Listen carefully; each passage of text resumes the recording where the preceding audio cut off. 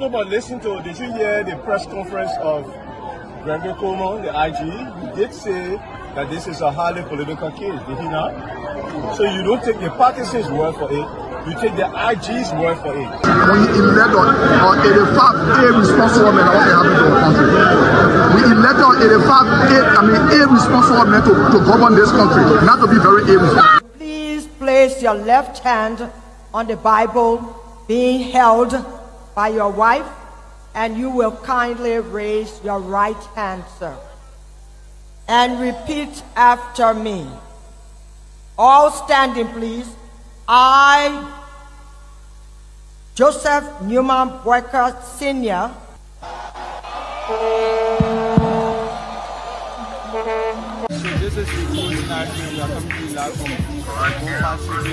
no secret now that your friend and former boss will be a candidate in 2029. With all of that you experience, all of that you know, and everything that you see unfolding in the country now, will you support him? Will you be part of the process? Will you give him the support? Do you think he can be a better president? So why you want to bring political men in it or not? Oh, but you political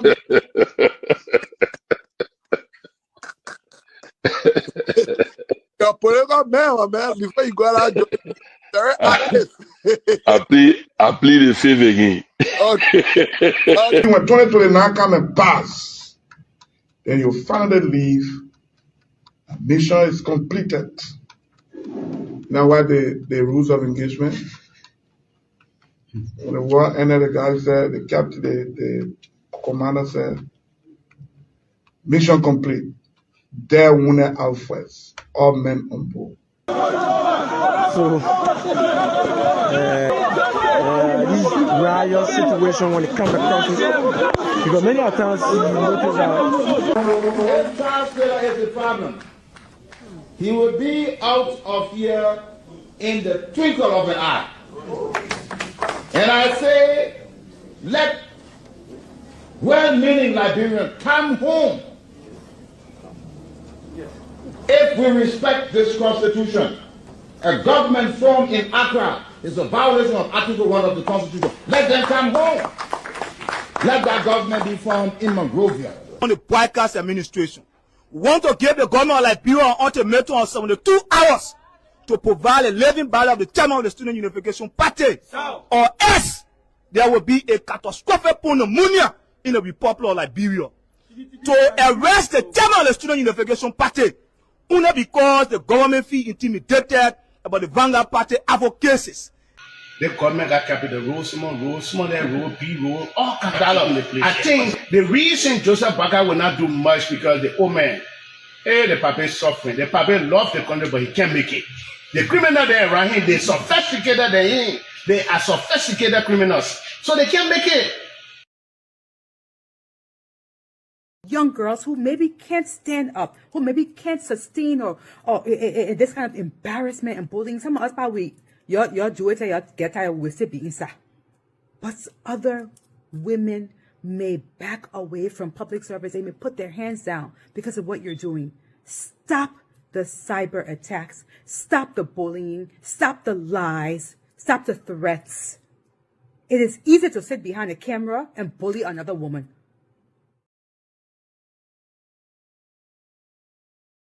Okay, so welcome to the closing argument.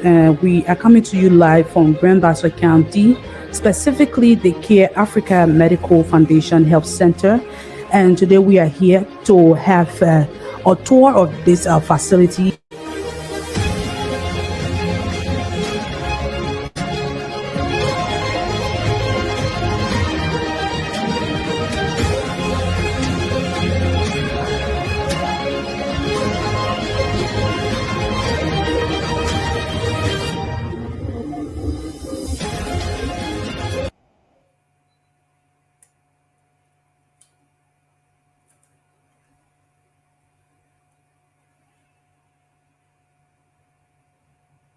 Tensions are rising in Nima County as Senator Samuel Coker publicly challenges Vice President Jeremiah Kong reenacting a fierce political rivalry that has defined the vote-rich county since the death of its longtime power broker, Senator Prince Johnson, in late 2024.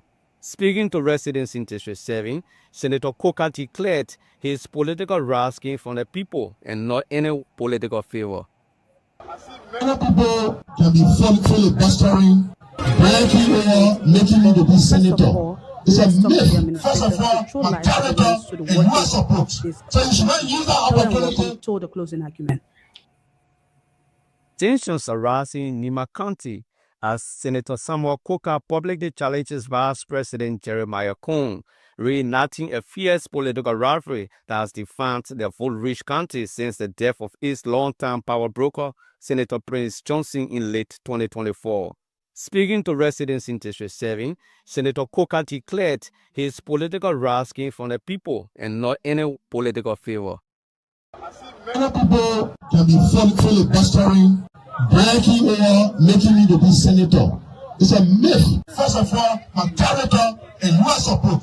So you should not use that opportunity to denigrate me and make me that little boy. Johnson's death left a deep void in Nima politics, one that neither Coker nor Cohn has managed to fill. Johnson's charisma and wartime legacy once united Nima's more than 600,000 residents behind him. The rivalry now threatens the movement for democracy and reconstruction, the party Johnson funded. Coker accuses the vice president of authoritarian control and sidelining other county leaders. This morning, Vice President Jeremiah Cohn responded, saying he holds no grudge and will continue to support Senator Coker. As Nima's two sons trade wars, the county once again stands at the crossroad, searching for the next unifying voice to fill the void left by Prince Johnson. For Front Page Africa News, this is Nyenwolo Conway reporting. Hello, ladies and gentlemen. Welcome to this new week. It is 10/13. That's October 13, 2025. It's a great day out here in Florida. The in weather Nima County, a well-known traditional Dr. Madison Gay, popularly called Dow, has been sentenced to 5 years in prison for manslaughter after a man died under his care during a traditional burn protection ritual. The case has drawn attention not only because of its tragic outcome, but because it raises new questions about how far traditional practices can go under the law. Court records show that the 32-year-old victim had sought treatment from Dow, who performed a culturally accepted form of firearm protection, a ritual belief to make participants immune to bullets. The practice went fatally wrong. Presiding Judge Papa Sua ruled that Gay acted negligently, rejecting his plea for forgiveness and ordering him to serve the full sentence. Authorities say the ruling sends a clear message that traditional healing must meet basic safety standards, especially in rural Liberia where such practices remain widespread. Nima County's Anthony John Myean confirmed the verdict, calling it a clear example of accountability under the law. The victim's family says their decision brings justice and hopes it will lead to better regulation and training for traditional doctors across Liberia. This is Willie Tupa reporting.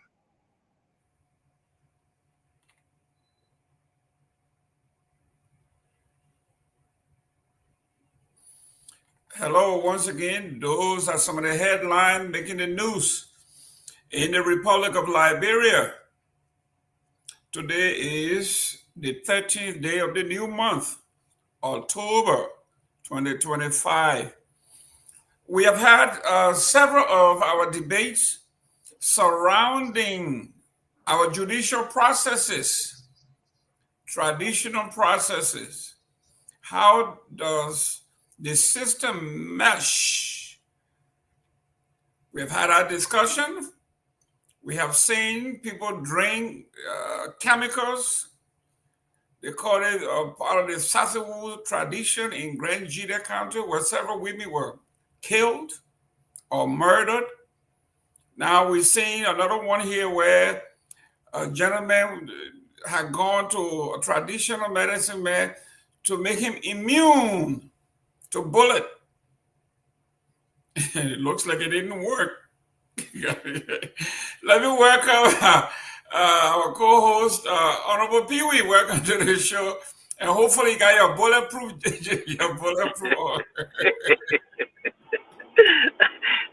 I want you. I see that. I see that. There was a history. You know, the guy normally perform the same thing. Just this guy went to the man said, "I came for this bulletproof." Went in the bush and other things. The man would take this. You know, the calabash. That's the way they got something in Loma. Got the calabash. They got something they go put in that calabash. You can put the leaf. Then the water from that leaf, the man will go put it in the calabash. Then you hit it on your chest. Pop, pop. You know, feeling it. That the man said, "Okay, no, I agree. I won't go through this thing. But I want to try on you. Before you try on me, you the me that making the medicine. If you said." The man, so when he saw the guy told the gun, the man advances, man, the man, you see the medicine man start running. Running, that's right. So you see, I don't know, but for me, I can't trust me. I can never ever. Jerome, it's not the kind of gamble I will ever take. No, never ever, never. Now people believe that it do work, but psychologically for me, I would not see myself standing for someone to test. No, come on, I won't. Anyway, but you know, it's part of, and it's not the first time happening in Liberia. It happened before in Lofa. It happened in different parts of that. It always happened in Nima. It happened in Bomb before. So I don't know what folks are still bent on doing that. That is a terrible. It's a terrible mistake for anyone to even. Come on, what you want to do that? Well, that's done. Yeah, it's the same thing with the guy leaving Monrovia, leaving his job and going in the village, sitting before a very poor man, say, "I came for you to make me rich." And you take your low $5 from Monrovia or all the money that you have saved for your family, and you take it to a guy who is sitting on the floor, has no money, has no food, and you ask him to make you rich. Let me welcome Johnny. Maybe Johnny can make me rich. Johnny, listen, my man, I need something. Can you make me rich? Gayman, thank you, and I hope you have a very good weekend. And my own brother and uncle, Sylvester Pewee, and the rest of the guys on the team. I know the weekend was good. I can see from the reflection on your faces. Thank God to see today, Monday. Thank you. Let me work on the prolific author, the guy who I think is in line to take over from Baltimore. Ahmed, welcome, Chief. Keep your eyes on the road. Seleke Ahmed Fofana, are you there? I guess he's. Let me work on Seleke. Let me welcome Seleke Kromah. Seleke, how you doing, young man? Yeah, greetings, Mr. Gayman, and greetings to everybody. Good to be here. Mr. Johnny, how you doing? Good to see you. Is that Clarence still coming at this moment? Yeah, he will be there around one. Probably by next week he'll be there. Oh, okay. That's good. Yeah, He'll be there for about a month or more. Okay. That's good. Yeah, but doing great, and we're looking forward to a great conversation with the senator today. And I understand he's the chairman on foreign affairs at the Liberia Senate. So there's some interesting questions today. I just hope to learn, about some of his work, he's been doing, because I see him traveling most of the time with the president, and we as a students here, we don't have an embassy here or a consulate, and these are questions, and other opportunities that the foreign policy of Liberia can, what does it mean for young people that are schooling abroad? What are different opportunities? He has a chairman on foreign affairs, and things that are available out there, for young Liberians. And so we're looking forward to a great engagement, with Senator Dillon today. I hope is going to be, an opportunity for us to learn and inform the Liberian people. So thank you, Mr. Gayman. Excellent. Victor Nagbe, yeah, we are still not on YouTube. I don't know why, but hopefully the management can get to it. But let me go through some of the headlines real quick. In Monrovia, there is a video that making the round. It's very, very grotesque. Footage show group of motorcyclists brutally beating a man accused of stealing a motorbike. The beating was so gruesome that even the riders, while the man was motionless on the ground, they were riding the bike over his head and his neck. This is how dangerous this has become. A disturbing video circulating on social media shows an angry mob, predominantly motorcyclists, brutally beating a man accused of being a motorcycle criminal in the Johnsonville area. The victim, whose identity has not been confirmed by authorities, were reportedly captured by the angry mob, a crowd in Johnsonville Township on Sunday afternoon. In the footage, the mob is seen beating him with sticks and hauling stone as he lies motionless, helpless on the ground. Several motorcyclists are seen running over his body, including his head, while another man is captured, chopping off his leg, taking a knife and chopping off his leg in public. Can you imagine taking a knife and cutting a living person's foot? China trip hunts PPCC chief over yellow machine deal. Liberia's procurement chief, Burger Scott Johnson, is facing mounting scrutiny after admitting at a Ministry of Information press briefing last Thursday that he joined Vice President Jeremiah Cohen's delegation to China to observe. This is what he said. A video of, ladies and gentlemen, this video is very graphic. We have to warn you in advance. This is graphic. If you don't have the stomach, we advise that you tune away briefly while we play this tape. Go ahead and roll the tape.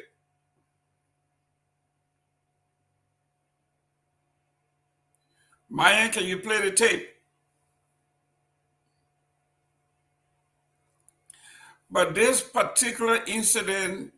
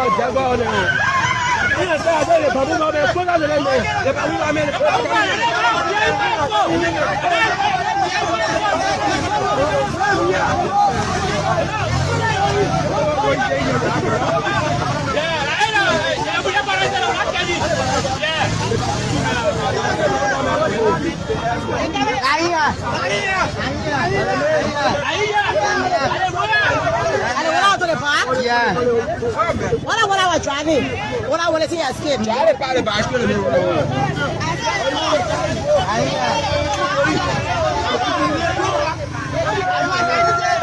that's not about.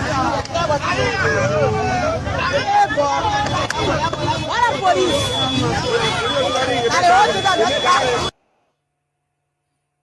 Well, ladies and gentlemen, I couldn't watch the video, so I turned away from what I was seeing there. You know, we want to come out here and show videos and tell stories that make our country look good. But it is just unfortunate that something like this is going on in 2025 in a civilized country. Johnny, your take. You know, Mr. Gilman, I have two views of this situation. Firstly, I see that a crime is being committed publicly. The people sitting out there, all those sitting there, those are the video capture. I'm sure the police will start to arrest some of them because there's murder being committed, you know, and I really hope that the police will arrest individuals and link them to that crime by linking them to the instruments that are used to, kill the young men in this manner and form, which is not good. It is not proper. But the other side of me is that I also hope that Liberians can vent this kind of anger against their national leaders who publicly deny them access to better health conditions by the way they allocate and do the national budget distribution. You understand that? I mean, yeah, this young man committed a crime. They're going to then, he stole somebody's motorcycle. Good. In as much as you can be so angry with a fellow poor Liberian who has come and stolen from you and treat him this way, I think also it is time for Liberians to also get angry, even more angry or angrier, if the English word can permit me, against the national leaders who are also committing murder to them in the manner and form where the hospitals are lack of essential drugs, lack of medical equipment, lack of vehicles to transport people when they are on an emergency or in danger. You understand? When people who manages public funds are those places where people should benefit from are misusing and abusing them. So I would rather than use the kind of anger on those people than using such anger on another poor Liberian also who have committed a crime against them. Don't get me wrong.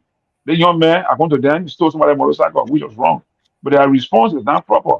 And that why it brings me also is that I have worked in the last 15 years, worked in the area of rule of law, awareness raising around, access to justice, seeking justice from the court to the police and everything.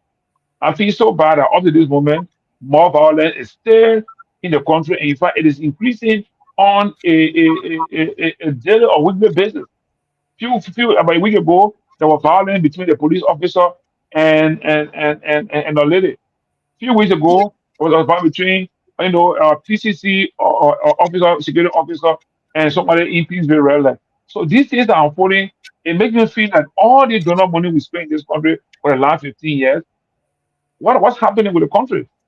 How is the Ministry of Justice helping to inform its people about the rule of law and the access to justice? So this is a big thing. I see this from my perspective as a sociologist, as a research person also. I think these things should be cataloged and developed. It should be towards policy system that will make people to understand that responding to issues like this is not the appropriate way to do it. So let me just stop here and allow my colleagues to come in with an introductory statement. Let me welcome the progressive Honorable Nagbe. Welcome to the show. Hey, Mr. Gayman, it is great to be with you guys. It's a pretty wet Monday afternoon here on my side. I think there's a state of emergency in effect, but the weather here has been very terrible.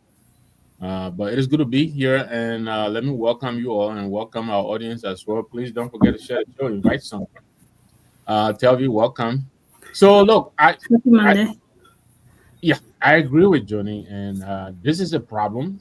And I think the government has to step in and do something about this. I understand the anguish you feel. Look, I have my granddaughter's motorbike. She works for BWI. She teaches heavy machinery. She labors, and she bought a bike. When I went in town last year, she was so excited, brought me the paperwork and all that. The next time I went back, it had been stolen. And I can understand how she felt. I have nephews, cousins. They go through this. The people's bike gets stolen. It is a problem that has to be dealt with. But to take matters into your hands like people do in Liberia, this mob justice, they got to really do something about it. We talked about this several times. The last time I think it was somebody's phone who was that was stolen, and they besieged this person. And sometimes the mob can get it wrong.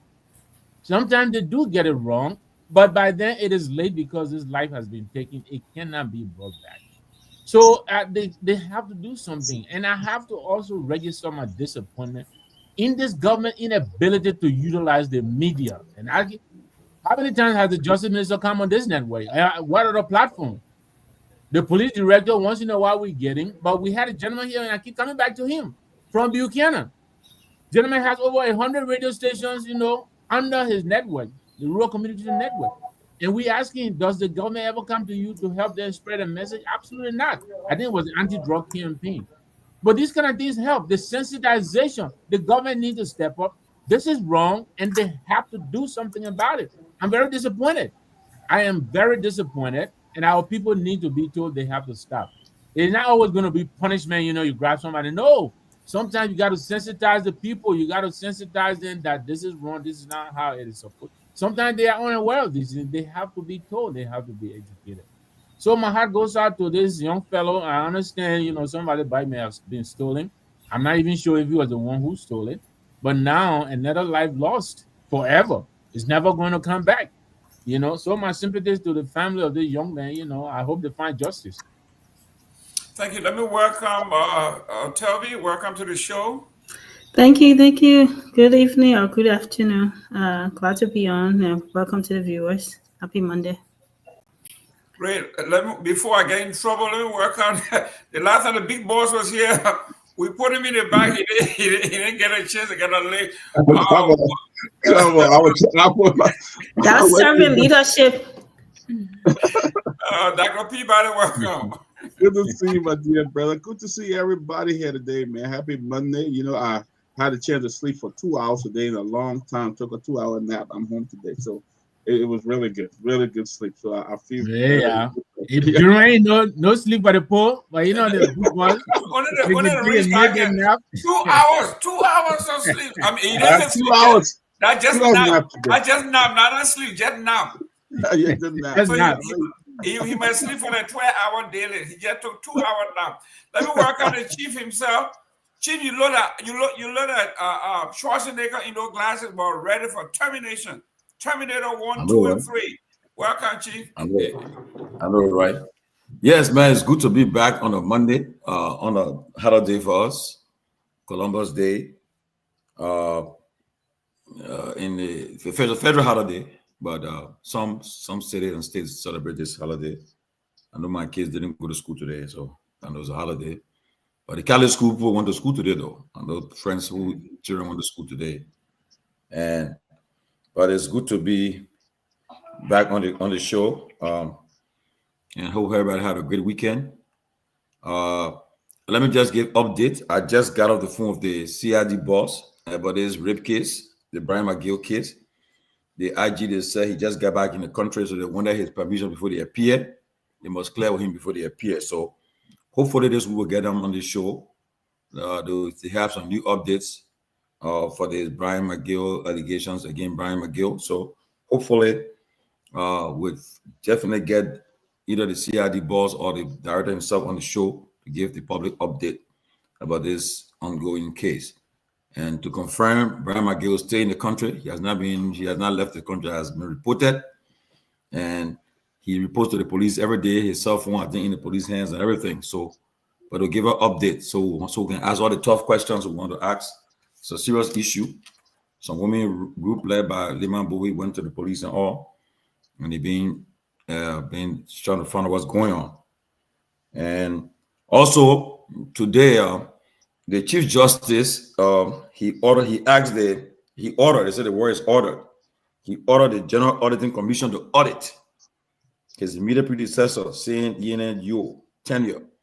So he asking the GAG to audit his predecessor bench under her. Let's see what comes out of it. And I just spoke to the senator. He'll be with us by 10 o'clock. Right now it's out about 9:32 because he had to go to the president, he said so, but he'll be on the show by 10 o'clock. So he'll be our guest tonight. So we have this interactive engagement with him. And so we can expand the closing argument horizon. Let's keep on moving. But everybody can share the show. And yes, thank you for the update. I just want a clarification on the audit. Do you know whether it's just a system audit or a forensic audit? You know, was there any more clarity on that? Well, at a formal opening, as you're aware, the Supreme Court had a formal opening of this October 10 of court today, and then she was present there. She and the former Justice Koppel all there when he made his call. They say because it be on scrutiny.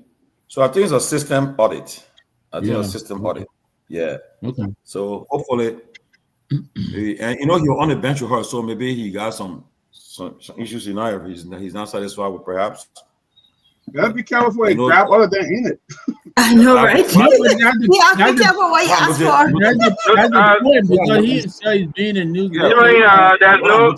We already have system. Him almost what the GSC shut down already. So system audit is where we got a system in place already. So there's the continuing financial audit they want to do. There's no longer system audit. Where they got unless there's something that's the GSC is deployed. There's no system thing they're going to do. The GSC is already there. That's what we have. At the GSC, we also have the performance audit evaluation, the audit validation process on course. So there's nothing like a system again. It's going to see if it can conduct regular financial audit there. So we have system in place already in the place. Well, we say somebody who I noticed. We say the Chief Justice. What I noticed about him, he's someone who like to, show up. Want to act like he's coming perfect. Yeah. Be careful. But Savina, this is what you do for a living. You do audit for a living, so maybe you know exactly what. I left audit a long time ago, but yes, that's my first love. No, unless there's something new, like he suspects some sort of fraud or improprieties, and so he wants them to take a closer look. But to Peewee's point, general audit, whether here, there, whatever it is, they have the annual audit plan, and I'm sure they're part of that annual audit plan. But still, you can't go outside your plan if you feel like they're, something that's kind of suspicious, and he wanted to take a closer look, especially where he's taking over from her. Yeah, and probably he calling for flash. Then he calling for flash audit. That's what I'm saying. That means he's just calling for a closer look, just to make sure. He's not inheriting anything messy that's gonna bite him in the butt later on. So it's more like a due diligence check. But let me ask you, Tavina, for a temple of justice, right? An institution such as that. I mean, there are so many judges. Just recently, the CSA was in there. I think over 600 people they said were on the paper. Some of them not even qualified out of the right. Isn't there a system in place that will trigger an audit automatically? Somebody has to always call for an audit. I mean, is it just making news here, or what is this here? I think some of that is just a show off thing. It's just a buzzword thing to, about audit. First of all, you don't even have the bandwidth for the people to just be auditing all over the place. Even this great America, you can't audit every industry. I mean, every ministry, every government ministry, every department. It's based on risk. A lot of things that they, bring things on the audit plan and stuff like that. But I think it's just a show off thing. We just run around with the word around there. I think it's a show-off thing or audit. It could be. No, it's not. It could be. Not be a show-off. It could be. It's just regular. It's not be a show-off. Yeah, it could be that he feels that, maybe she did something that he's suspicious about. Somebody whistleblow something to him, and so he wants to go deeper. So those things happen. So who knows? But have they been audited before, though? Of course we have. And listen, and so I want and because I have worked with the GSC before, and somehow understand the bureaucracy, so we can't be on the show people say things that we don't clarify. So we do have now the General Auditing Commission is the supreme audit institution we have in the country, set to do external audit. But we also do have the internal audit agency that deploy all of our agents or auditors across all of the government institutions. So the internal audit and auditors are there from the internal audit agency to prevent even some of these things we normally. Now they do have the internal management control plan, and the internal auditors will see all of your transactions, and they're there to prevent even because if the external auditor will have to come in, they just coming in to perform their annual continuous general audit tax. But there are systems in place by the internal audit agency in the country. And the internal audit agency deploy all of their auditors across. So prudential audit, audit validation, continual audit, all those things are ongoing, right? So if you saw the Chief Justice request a particular kind of an audit, meaning he may have suspected something, they call this one flash audit. We saw because he's part of the institution. Probably he saw her doing some things that he didn't like. Now he got the authority to request. Because if you're going for this kind of a flash audit, you have to pay extra money for the auditor to come in and perform outside of the statutory time frame to conduct the audit. So I think that's why he called it for. Pewee. But there are audit systems in place. Mr. Gayman, we do have it. You can't be using the justice system to witch hunt. Yeah, you just be calling for. You even got a bandwidth, and what better audit anyway? Yeah, but tell me, if I'm taking over an institution, right? Like they do usually in the regular thing, they would do turnover notes, right? Yes. He is saying, I'm coming in here. Before I move any further, I would like to see the financial statement, everything that I'm inheriting. And that's the best thing to do, Jerome. That's what everybody's supposed to do. Yeah, everybody should do that. That's just best practice, to do that. So along the way, you're not blindsided. No, because someone say, I left $10 million in the bank. I left $50 million in the bank. But if you do your audit and you say, listen, this is what will turn over to me, here is the report, then it becomes public notice, public record, anybody can do that. So this one, I like it. It sounds suspicious because he himself under the gun for corruption, okay? Then all of a sudden, he tried to change the topic, but it's a good thing. But that's why I'm asking, what's the basis for the audit? Because if you're just asking for a regular audit, or because of fraud or suspected fraud or something, then that's a different thing. Or, okay, I just want to make sure what I'm inheriting, do due diligence check. So different reasons. So we need to find out why is he asking that? Selvi asked a question that I thought Pewee could provide just because, he has worked before with the agency. Selvi asked a very good question. Has there been a previous audit over the last 2-3 years of that Department of Justice? I mean, that judicial department. Do you have any information if there have been any previous audit of such? That's what I said to you. I thought I answered him and just conclude start of it. I said we do have the internal audit agency deployed there also. And for the internal audit agency to be deployed, they do conduct internal audit. So yeah, they have some internal audit mechanism being conducted. Now, I want to speak to the fact that if there have been external auditor A by the General Auditing Commission, I know that the General Auditing Commission did open an office there because when Moru was there was a plan to audit during Johnny Louis Day. But I can't say for a fact that a comprehensive audit. Now, a comprehensive audit has been done by the GSC, but I know the internal audit has been doing those kind of internal audit, conducting internal audit, yes. But even with internal audit, Pewee, whether here or there, internal audit can't touch every department and everything. They still on the annual plan, so they still have to be on a plan. So it could be his department or whatever it is has to be touched for 2-3 years, But everybody's still got to be on a plan. I don't know much about the Liberian audit system, but I know my audit. I have my own internal auditors here. That's accountant, bookkeeper. We get prepared for the real audit. It's the same audit system. No. Our internal audit. We don't have peculiar. Our one is not peculiar. It's not the isolation of the global thing. So, Mr. Gayman, what are you referring to? You prepare, that's readiness audit. So you're preparing for the external auditors because I've been an internal auditor and external auditor for the government. Correct. So that's readiness. You prepare, and then internal audit where you're looking at your different departments, your systems, and all different controls and stuff like that.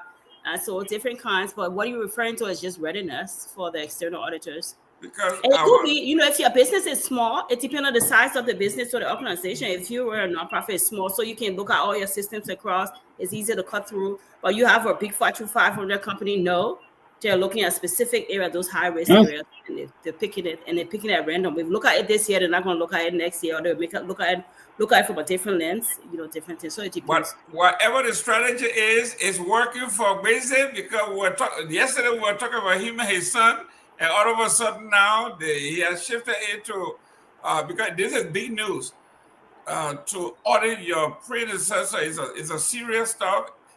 As far as I'm concerned, I never heard it before. I didn't see George Louis auditing somebody. I think he might have been the original one. I didn't see anybody auditing each other since then. So this is new, but it's a good thing he's doing. It's a good thing. It's an excellent stuff. Peabody, Dr. Peabody. We were talking about the grotesque murder of this young man on a motorcycle.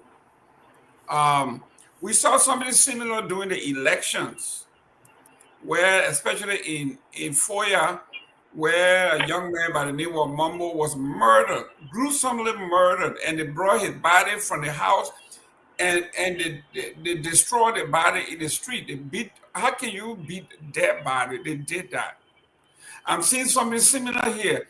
This man is dead, literally dead, and he said somebody took a knife and amputated one of his foot. How can a place, how we human beings can live this kind of life? Maybe what he did, maybe what he did to the person was just so bad. Look, I've seen this happening in somewhere in New Jersey, where especially the kids who killed their friends for drugs. They will go in the church and even shoot the casket because for drugs and stuff like that. So it's sad, but we have the kind of justice system in our country. Once somebody point you out as a rogue, or you stole, or you did something, everybody jump on you and try to attack you and stuff like that. I think it's bad. Sometimes people take the law in their own hand. But then we talk about our police. Our police are not equipped. They don't have the resources to even do anything like that.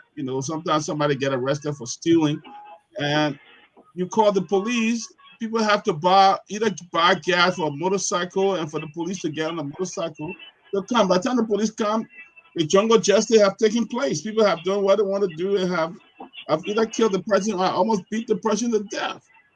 So it's the country that we have, and the system. Our police are not really. They don't have any of the resources. They don't have it.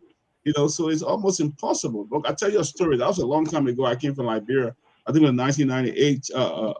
I went to Liberia, and I've gone to Myean Point, and I decided to walk from Myean Point up towards Beta Harris, forgetting to know it was very late. I said, I can make it. By the time I got down to Newport Junior High, I saw a bunch of soldiers. They kind of tried to rob me, took my money. I have about $200 or $300. They took it, took some of my valuable and carry. I didn't fight them. When I called the police said you shouldn't have gone to that area. That's a bad area. It says a bad area. That's the walk I can play at night. And that was the resolution to the case.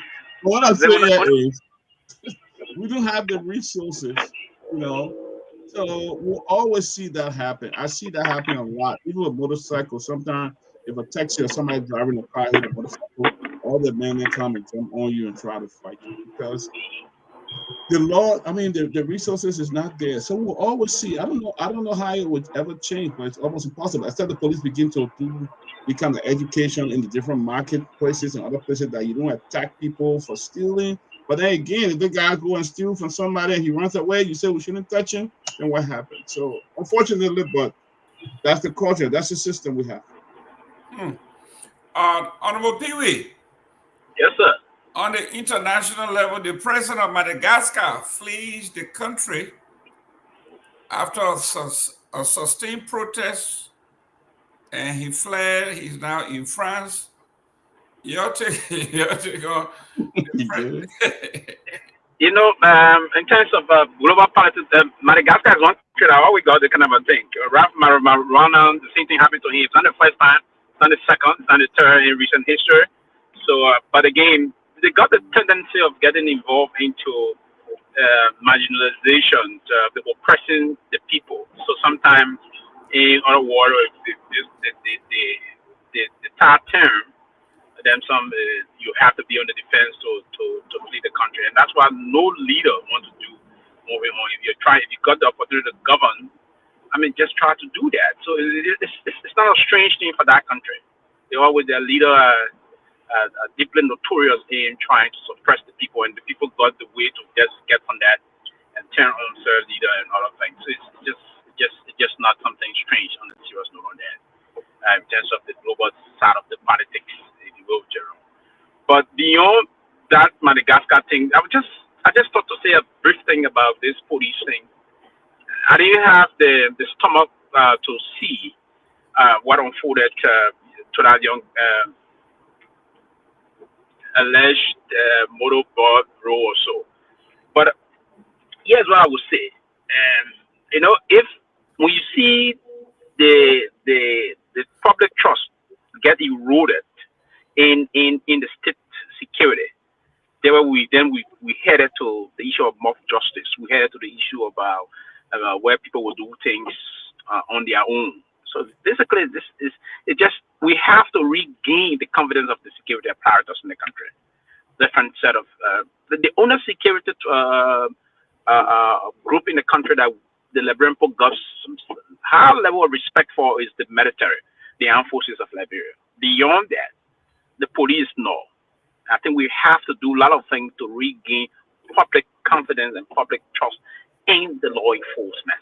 If that is not the case, we're going to have a lot of situations during moving forward. That was very dangerous. It was terrible. I said, I cannot stomach to see that. It is unacceptable. And if it can be unacceptable, my dear brother, I think it's just wrong. It's wrong.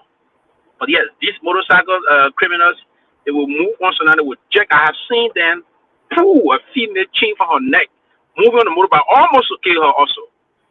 But if we had a security forces that would be prepared to respond to these things and adequately punish these criminals, I don't think the public would try to do that, but the public should disengage from those kind of things.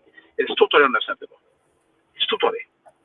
Yeah, that's what I would say for now. I don't want to keep on moving too much on that, but it's really unacceptable and other things. But your friend from Madagascar, but I told him he went to the cafe. He said he wanted to talk to Jerome. But I think Sylvester makes a very good point. When there is no trust in the system, there are a lot of consequences that can be derived. I've also heard what he's saying. You call the cops, they take the person in a matter of hours. You see them back on the streets. And I was talking about a motorbike situation with my nephew. He went to the police and took the paperwork and all of that, and the police told him to give them money to go and find the guy. And you have this kind of thing happening, then you will again understand why people feel the need to take the law into their own hands. Either way, it's just bad. It is just bad. There is no the trust in our justice system, the police, to deliver untempered justice, right now is in question in our country. And so many of these people, you can understand why they will want to take the matters into their own hands and exact justice the way they know. And that is also wrong. Tell me, talking about security, over the weekend we got a post from Sekou Demaro who says that the EPS director Sam Gay has been fired, and Sam Gay all of a sudden picked up the phone and called and said, "No, they didn't fire me. I have not gotten official notice." And then people were talking about security. How could the EPS and the police director be out of the country at the same time? So who is taking care of the security of the country? This one, it says a lot about, if there's a connection here. The EPS director is not in the country. The police director is not in the country. We heard that he just arrived, came back into the country. So you see where these things are coming from. People feel that actually there's no gatekeeper here. There's not. There's not. Too many wrong things going on with the justice system. And I mean, I don't. Let me say this. I wouldn't have a problem with both of them being out if they have good deputies, because leaders breed leaders. If they have people that will still be in charge, because I've been places where, sometimes, in the department, all the directors go into a conference and they leave leaders in charge, and they're available by email. So I would think, but with them, they've set those processes in place. But like Roy, it's a different ballgame, totally different animal. So I don't know who they left in charge with a society like that, so gullible, so broken. You can't have both of them out of the country. Then there's somebody in charge, and then people need to know who's in charge. I mean, they just take off. Why can't they make public notices that, okay, both of us will be in charge, and these are the people that will leave, and who are the people? These are the people that will be in charge. You just take off, and people were left with assumptions and stuff like that. But I don't think it's a good thing, and I agree with Pewee and Mr. Nagbe. I think people have already lost faith in the justice system, whether under this government or the previous one, and so people just doing their own things. People cutting people's legs or cutting their hand or doing all these things. That's not us. But the people feel like, well, if I go to the government, nothing's gonna come out. So let me just help myself, which is not the right thing to do. Sometimes I wonder, Mr. Gayman, the people that stand by, they're my problem. That's not even us. You stand there and somebody stabbing somebody burning tire around somebody, or they're dragging somebody to death, or they're busting their head, and they're just sitting there. Most of them are recording. I'm just like, and they enabling it. Yes, directly. What? Those days, people would come par people, would say, come par you, par people. They would call police, or they would call other people to help them. Never even jump in the fight. But what happened now? Come on, man. So Tavi, just to jump in a little bit, Tavi. Yeah, Johnny. Johnny, I was coming to you because that's your area. We are talking about mob justice here.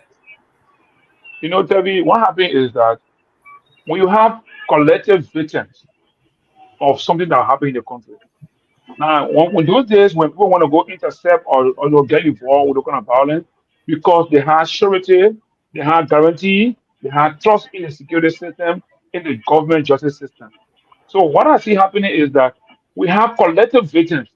Almost every other family member in this Monrovia or in Liberia is a victim of crime that they're not getting redress. And so this is why I always tell people, society is gradually growing into being so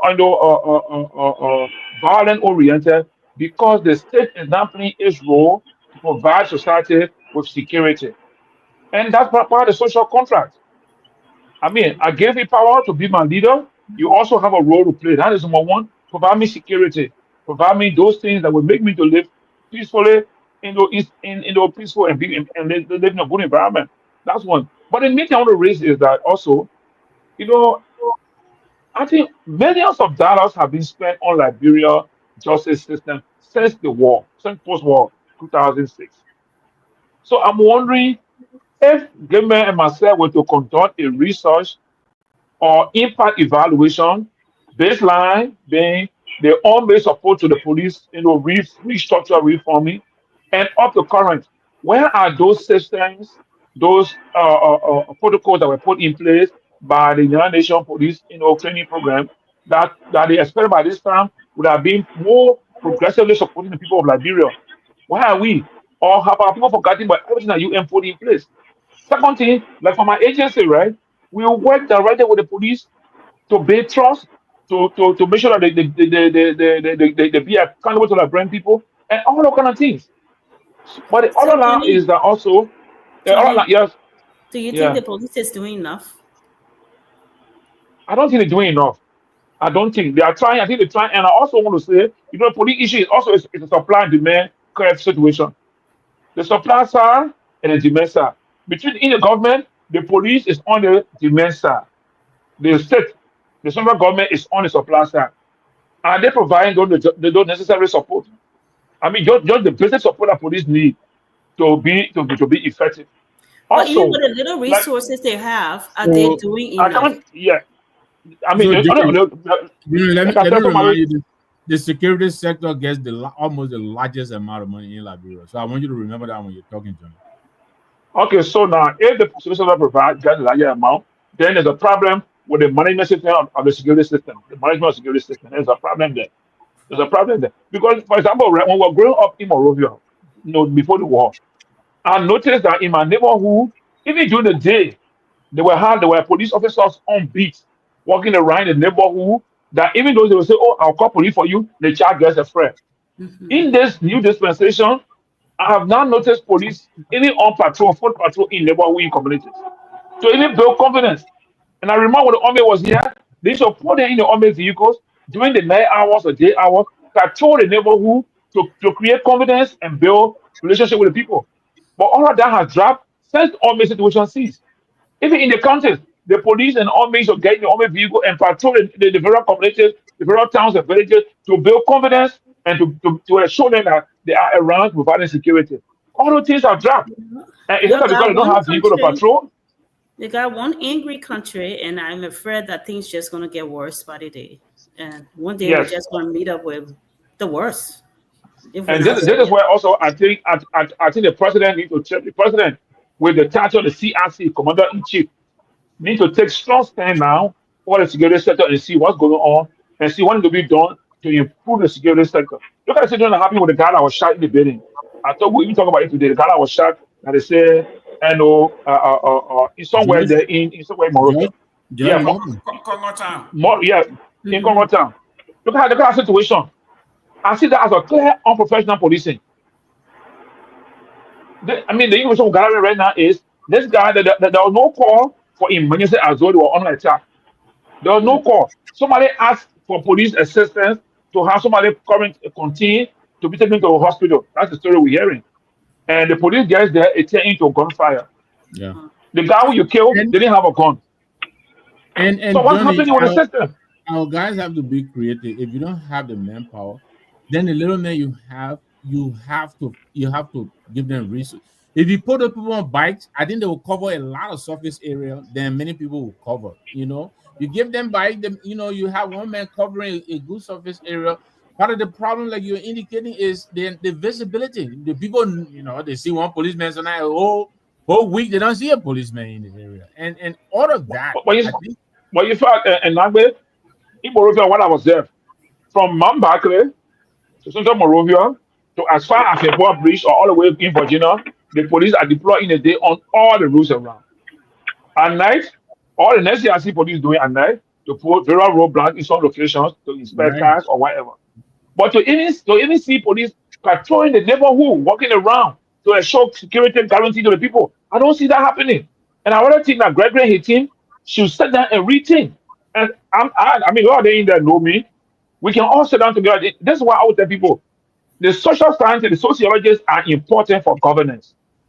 They honor society, they can provide policy support and give you guidelines, even help you develop programs that will lead into achieving some of the things you want to achieve as a government. You know what I'm saying? And so, take me and Gayman, for example, as consulting to the police. Police will have this problem. How can we address it? Gayman and myself sit down together as sociologists, develop a research questionnaire, move around, identify the issues around. So the police, these are the issues. Then take the issue to the Justice Ministry, take it to the President. Let's see how we can address it or take it to the legislature. But everything has to be done by just the police system. You got to involve all our experts to support your system. But, but it's so bad. Let me bring Seleke Kromah. You've been here for a while. You are a young man. We are looking at a society that they are so immune now to the grotesqueness of what goes on in the country. Because when we were growing up, if they say day by day over there, everybody runs. These guys are sitting there and they're cutting somebody's limb off and they're busting the person's head and they're cheering. Seleke, they got to be your age group, Gen Z. What's going on? What are you guys immune to these kinds of stuff or what? What's going on? No, Mr. Gayman, thanks again. And I was wondering if people don't interrupt when you moderating, They can't have the. No, we saw you. We saw you keeping a live conversation with somebody out there. That's why we didn't go to you. I got to be moderating them, Mr. Sanvee. Maybe you're talking to Fatima who giving her heart now. I know, sir. Yeah, but Mr. Gayman, you know, I've been following the motorcyclist death, you know, and I don't know if any of you are on the show, maybe Samson in the studio that can attest to it. You know, I've seen firsthand how motorcyclists have been treated by those guys who steal back in Liberia. And I'm not trying to defend the way they killed that motorcyclist. And most of those guys who do that bag riding, they're riding for people. For example, you don't have anything doing, you beg somebody in the community to buy your bag. Every day you have to come and report to them, maybe 700 or 1,000 per day. You know, and you own your hustle, but some of them when they see those guys, Mr. Gayman, and because the bag not actually for them, when they see them to kind of take the bag away, they want to resist. Because if you don't resist, they take somebody back from you, no mark, no beating mark, nothing. You come and say they stole your bag. They will not believe you. They say, oh, you don't sell my bag and eat the money. So now you won't bring all kind of story to me. So look, guys, they think about the other trouble that when they take the bag away without me resisting, you know, what is going to happen to me? So when they resist that, the thing they can do to those guys, Mr. Gayman, it can even be the only thing. Maybe some of them can even die in the process. They can really beat them up. Some of them will chop them with collars and all of that. You know, and again, it boils down to security. Yeah, in this country, in Rwanda, Mr. Gayman, every community in the night you have security people, all in the community, you know, doing patrol. When you, for example, you go to a place in the night, you come back, you're a motorcyclist, you're talking back and forth about price, they will come here and intervene. You know, you'll go, no, that kind of funny thing is down here. You can even say to your house, you gave your clothes to a motorcyclist here to go and carry to the laundry. The only thing just take is plate. But you do that in Liberia, they'll carry your clothes when you go to the police and say, but why you want to give your clothes to the member? Instead of the police intervene, they will blame you. So why you? They say to me, Dr. Peabody narrated. They took the man money. They say the police people say you're supposed to go over there. You know, and again, it's the security of the country. You know, and I understand what the motorcyclists go through. You know, and you just imagine, put yourself in a shoe, Mr. Gayman. You hustling, no job in the country. You go and take somebody motorbike for work and pay. They give it to you, and then at a specific time, once you are out, they see you. They say, "Give me the bag." You give it. They take all the collars. They chop you in there. You know, they take the bag away. Too loose, you lose a bag, and you are not stable. You know, health wise. So it's a big challenge. The government of Liberia, and these are some of the things the government need to, you know, come in and solve. We need security, and this is this is very basic.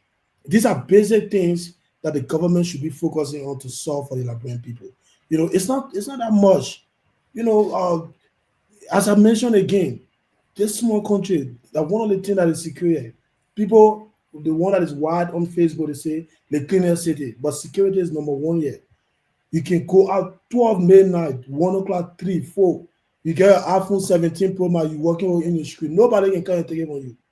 Nobody in this country, and rare in Africa. So we need to improve our security. Thank you. Dr. Peabody. Yes, sir. Those of us that are into the education realm, we have the Police Athletic League that we work with the different school districts. They organize basketball, soccer, football, flag football. You can find 2 police officers taking care of a whole community. While they are there, they are educating, they are training, they're talking to kids. So when you hear that our police director came to the FBI Academy, they went to all the training here, they go home and nothing. Let's say I have seen 2 police officers have taken a football game, right, at the field where they had about another maybe 1,000 kids watching. 2 police officers, one reffing the game and one is entertaining. Before the game, they do their pre-talk. They talk about if it's domestic violence or black on black crime. But they do this is public awareness. The last time we had the gentleman here from Atlanta, all of these ideas were given to them. So what is wrong? Why? I mean, these things are not expensive to have a soccer game, New time. One soccer ball will bring about 1,000 kids. It's just a matter of doing Kool-Aid, put it in a bag, give it to them, talk to them. Why we don't have police, public engagement, community awareness, nothing. Well, again, guess what? Let me just piggyback to what Seleke said. Seleke is in Rwanda, but go nearby Accra. You can walk the street. 3 in the morning, you can come from anywhere, 2, 3, 4 in the morning, take a taxi and take you anywhere. Nobody bother you for nothing. All right. I've seen the chief of police engage people on different level. I think, no, let me say this. Our police budget is very low. Even though security, that Mr. Nagbe said, carry one of the highest amount of money, they take millions of dollars and say they're taking it for operation, and that to start from it through different ministry, different people, how to do it. If somebody need a 2 million, they'll say, oh, we're using it for security, and the past it the other one, but it's not actually going to security, So if we have a police that the budget is so low, I mean, you don't expect them to solve crime. It's not going to work. The police don't even have cars. They don't. You go to zone, the different zone they got, or they go in that zone 1 or zone 2 police station thing. You go in there, it's like a little makeshift, and you expect these people to be there and to operate. What the level of communication on that level they have there? They don't even have any communication. They don't even have a good telephone. They don't have a good radio. They don't even have a car. Maybe one car that's broken down. When you call this man for a crime, he had to jump on the bike to drive there, even putting his own life at risk. The police don't even have arms. That's why you see they beat the police every night like crazy in Monrovia. They don't even have weapons. You see, and people are saying, oh, the police should not carry a weapon. You think I'll come into your house to arrest you and got no weapon? You think I would follow you? It's not going. Some of the people just be so loyal and respectful to follow them. I think all in all, the police, the logistic, they don't have it, and they ignore these things. Monrovia may have a law and order, but you go out of the country, go to other city, then places like Sano or other places. When someone does something to you, you're on your own. You're on your own, and that's the problem. Let us provide logistics to the police and see if they're not functioning. Then you create all these programs where the police elected lead, police can go there, talk to people, talk to the youth, organize program, or even hire people who will go from school to school, businesses, market, and talk to these people and educate them on other things. They don't have the logistics. So we're talking Western thing here. That's how it sounds to me. Tell me, you in your neighborhood, when the police athletic or the police having their stuff, they were retirees, former educators, you name it, everybody got a stake in it. They will show up, everybody will put their hands together. These things, they don't require much money. It's just an idea and organization. They're not doing it. Your take on this? Yeah, I think the police need to reach out, and I like the idea of investing in, I don't know, pimping or keke, whatever it is. It's my understanding that one of them costs like $3,000.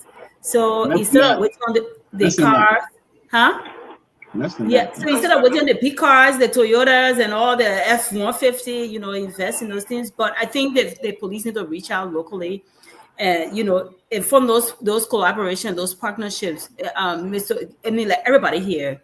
When the police doing something, I live in a small country town outside of North Dallas. When the police doing something, everybody run around. Police doing small thing, outreach, we all there. Police engaging, we engaging them. It's a family affair, collaboration. So I think the police need to reach out for resources, reach out for collaboration, reach out to the schools. Somebody mentioned, people mentioned the schools. Some of the work we do, we're in the schools talking about, stop rape, stop drugs. But the police need to get in the schools too. Not a time that we've gone to any school and bump into one police coming out of the classroom while we're going in. Come on now. If we know profit, we're in America, sending people in like brother to that. What about them? Because it starts from the school. Somebody mentioned the marketplaces. Into the marketplaces, and then people go back home. So if you're catching them, and that's our concept too, if you're catching them in the marketplaces, you're catching them in the school, they're taking it back home. So the message, they're taking it back into their communities. So the police need to do more collaboration, more outreach. You know, Kehleboe Gongloe work here in America, or he just went to school here? I don't know. I often wonder. I don't know. You all Pewee. know him. I don't know. Pewee. Yeah. Pewee, you sometimes see you take your child or your children to the park. You go to a big park, you see thousands of children. Sometimes you see only one police, but because he drives around, it looks like there are 10 police cars, but that's actually only one. The presence, okay? And they are talking to the kids. Like the last time here, the police were on there playing basketball with the children, playing soccer with his gear on. The fire department, they were coming. They would tell the kid, hold the gear, put a hat on your head. We are not your enemy, we're your friend. This is why they do that. But Pewee, why is it? I mean, I know Liberia, we are so much into title that when they call you assistant police chief, you are above everybody. You don't even want to get down from your car. So they are so distant from the population, from the folks, that there's a disconnect. Absolutely. Yes, the medical people would say, in other terms, even proper medical, sometimes would say prevention is better than cure.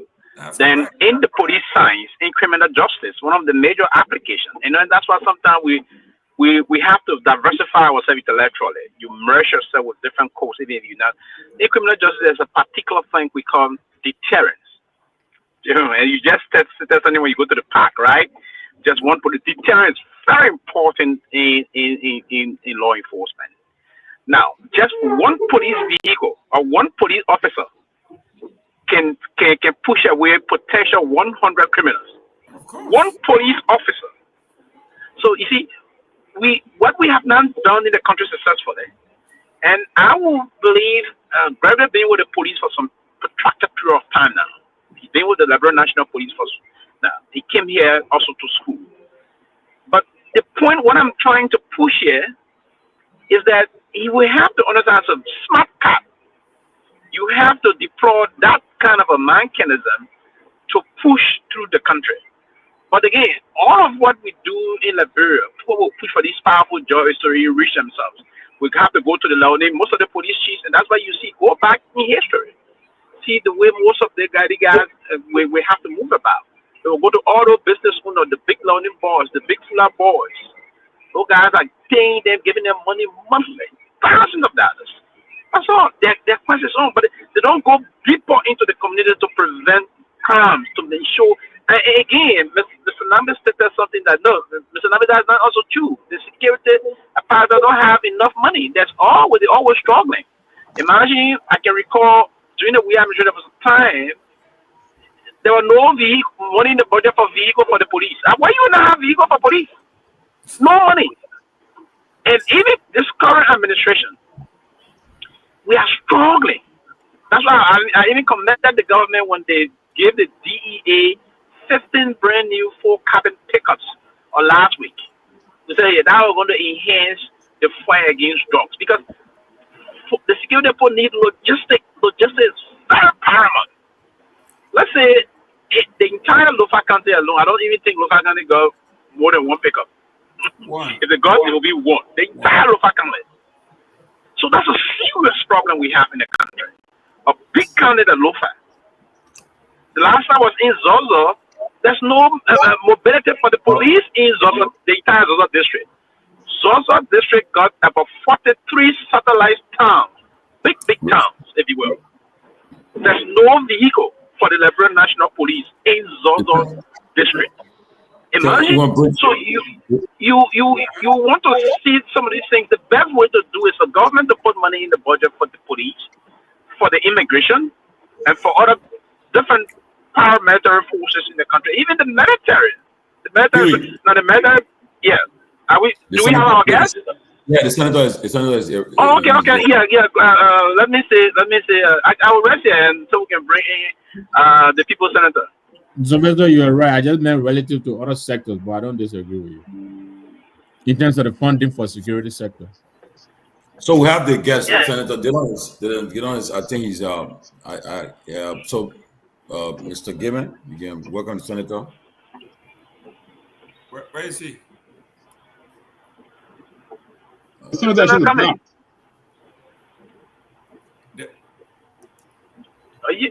You want to capture the welcome to Senator? Oh.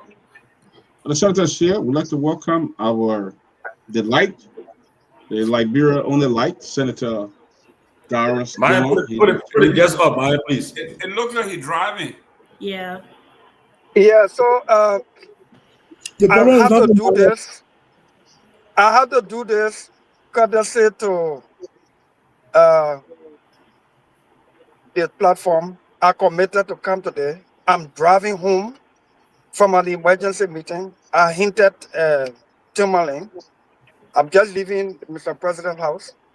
And so I wanted to ask your indulgence to please let's reschedule this for Wednesday so that I can come on time and be even more prepared. But I'm in the car. I'm not driving though. Yeah, I'm going home. But I have to do this as a mark of respect to the forum, especially, and then your listening audience that have been expecting us. I think it makes sense. Yeah. It's environment makes a lot of difference. It makes perfect sense. My grandpa told me whenever the president call you, if you don't go there, you in trouble by open. So what president? They say when the big boss call you, not even the president or the chief call you. Don't Pewee. He stay at Foreign Affairs. But Gayman, all of you, Seleke, Tomalin, Dr. Peabody, all of you, Johnny. Sorry, I respect you guys. That is why I came out to ask to make this, to make this request. But I'll be here on Wednesday on time. Thank you very much. That's fair enough. Thank you for the consideration. Johnny, I'm coming for you on Wednesday. Johnny, I'm coming for you. Johnny, yeah, coming for you. The men have started picking fire already. Gayman Umpa, that my penny you will put out today. Forget it. You see, okay, guys. I'm coming to your house. I'm coming to you. I'll be your guest. Let's keep all the ASC questions are coming back. How about Tavina? How about Tavina waiting for you? That's my favorite. That's my favorite. Oh no, Tavina, she's always my girl. I'm coming. Thank you very much. Okay, guys. Thank you so kindly. All right, Doc. Thank you, man. Fair enough. Quickly, just what I observe about. I know he gave me. He just left Senator Dillon, right? He understands the. No, you have to say this. You see, in other words, if so, they don't want to have a show now, you are in a position on that for us. So he set the pace to introduce the debate to something the ground to move through. You see, and you have to, as a politician, you have to be a very good communicator. And I think I gave this to him time to time in terms of how to navigate through this kind of a line politically. And you saw how he did it just now. Do this. If you want to set the pace to have a very good argument, that's how you should do it. We have another senator from Grand Nigeria right there. There you go. Our incoming senator from Grand Nigeria County. Dillon is a very savvy politician. The man will place up for Dillon today. There's a reason why Dillon don't want to appear today. And I understand that. And there's no reason. Don't count behind. There's no reason. Hey, Sylvester. Y'all get chance, man. Y'all get chance. That's the main point. Always do this to me. Always do this to me. Yeah, you go from senator to senator. Go ahead, senator. You have a professional job. There you go. Professional on your job. Senator Gay, go ahead. ahead. The same thing on the show. Senator Gay, go ahead. From one senator to another, go ahead. He upside down. Artist specially by phone, all be turning red. Hey, but man, senator upside down. We're gonna senator. They always upside down. Lightning. Right here. Okay, yeah, lightning and good. Perfect, right? Okay, guys. Tell me. Let me see. No, let me start with. My line is good now. So yeah. Okay. Welcome, Honorable Gate. Let me start with Honorable Josh on this one. Tears and grief are Hotel Africa as hundreds face homelessness amid mass eviction. Chief, this one here, I've seen the video. How we blame president, we blame the government for everything, but how do you handle something like this? These people been squatting over there for ages. Now the government say we want to fix this place, y'all leave, and now they're blaming the president on this one. Yeah, before I go to your question, let me just give I know I'm not a big fan of him, but I want to give kudos to President Trump. Of President course, Trump for the Middle East. you are undercover. Everybody knows that. The Middle East, that was a big deal in the Middle East today to bring the leaders of Qatar, Pakistan, Indonesia, India, all these people together to sign that the deal. Imagine 27 head of state.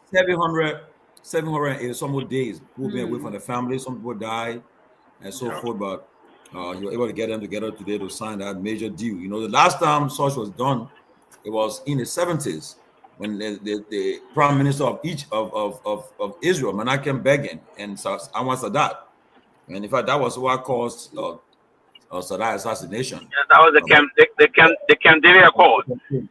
So, but in order to do it today, I gave Trump. The only problem we're looking at now is to see what the disarmament will be, whether Hamas will disarm. They are sending our troops on Tuesday going to be in the corridor, the buffer. But let's see what happens. But we must give praises to him today because, to be frank with you, imagine these people reuniting the family 700 days. It's not an easy thing, you know. But I think the Middle East it's peaceful now. No more bombing in the Middle East right now. It's peaceful. Absolutely. Let's go for that. But and then secondly, I hope we can touch on the issue with the happening in Nima. The vice presidents and the Koga, they going back and forth. So I hope we can discuss it today. But concerning your question, look. Then the other trending story on Facebook, we're talking about female right and female this. We're going to tell you know what going there, people. Oh, you have to put on the agenda. Yeah, you know, and that's true about the hypocrisy. That one, what people brought about our politics full of hypocrisy. You know, if it's not in your interest, you will not talk. But if they're attacking you today, you be quiet. Then you're responding, and all this is happening. Yeah, and some people will be praising you for doing the wrong thing. I remember people will be praising for causing we are man. I know. People are praising it. Well, how come people just tell him? But again, that's our Liberian culture. You know, we can get rid of it. But concerning your question, look, if our public works and people can do our zoning laws, we can enforce it. Those things will be avoided because they have laws that say, look, before you build somewhere, they must go through the Ministry of Public Works and the Bureau of Zoning Authority to tell you this is an alley, it's a corridor, you cannot build there. But some people they don't care. They just sell land to people. When they do the surveying, you go just build all over the place, and then when the time of development comes now, they tell you say the houses can be here again. But then government's supposed to provide you incentives to relocate. Whether the money is given, we don't know. But I don't think the government will be doing fair if they take the poor people from their homes and take them out and so forth. I think they should be able to find some help for them and so forth. But with that in mind, I just pray that they shouldn't be homeless. They should help them relocate and ensure that they get a place to stay instead of putting them in the street because some of them don't have money. They have nowhere to go. So we just pray that they can find some remedy. But other than that, I think the issues that we talk about, we hope we can touch on it later on. But thank you. Yeah, Dr. Peabody, you know, I'm included too now. We've been saying here for years, Hotel Africa have been abandoned, all the villas. The government needs to do something for reinvestment, for investment purposes.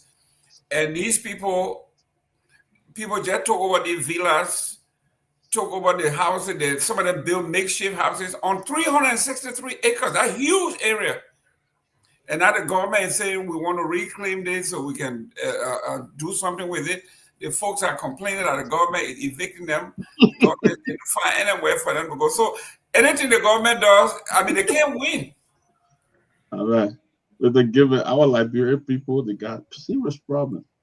They go on a land, they build that don't belong to them. It's not your land. You go there, other people will make money, fool you, go and sell that land to you, and you know you're buying the wrong thing you buy. It's not yours, you know. Now the government won that place. So I think all those who acquired land illegally over there should be evicted immediately. If the government really need to do something with that, they should remove them. They should have put do the due diligence before going and buying land for you know this is owned by the government.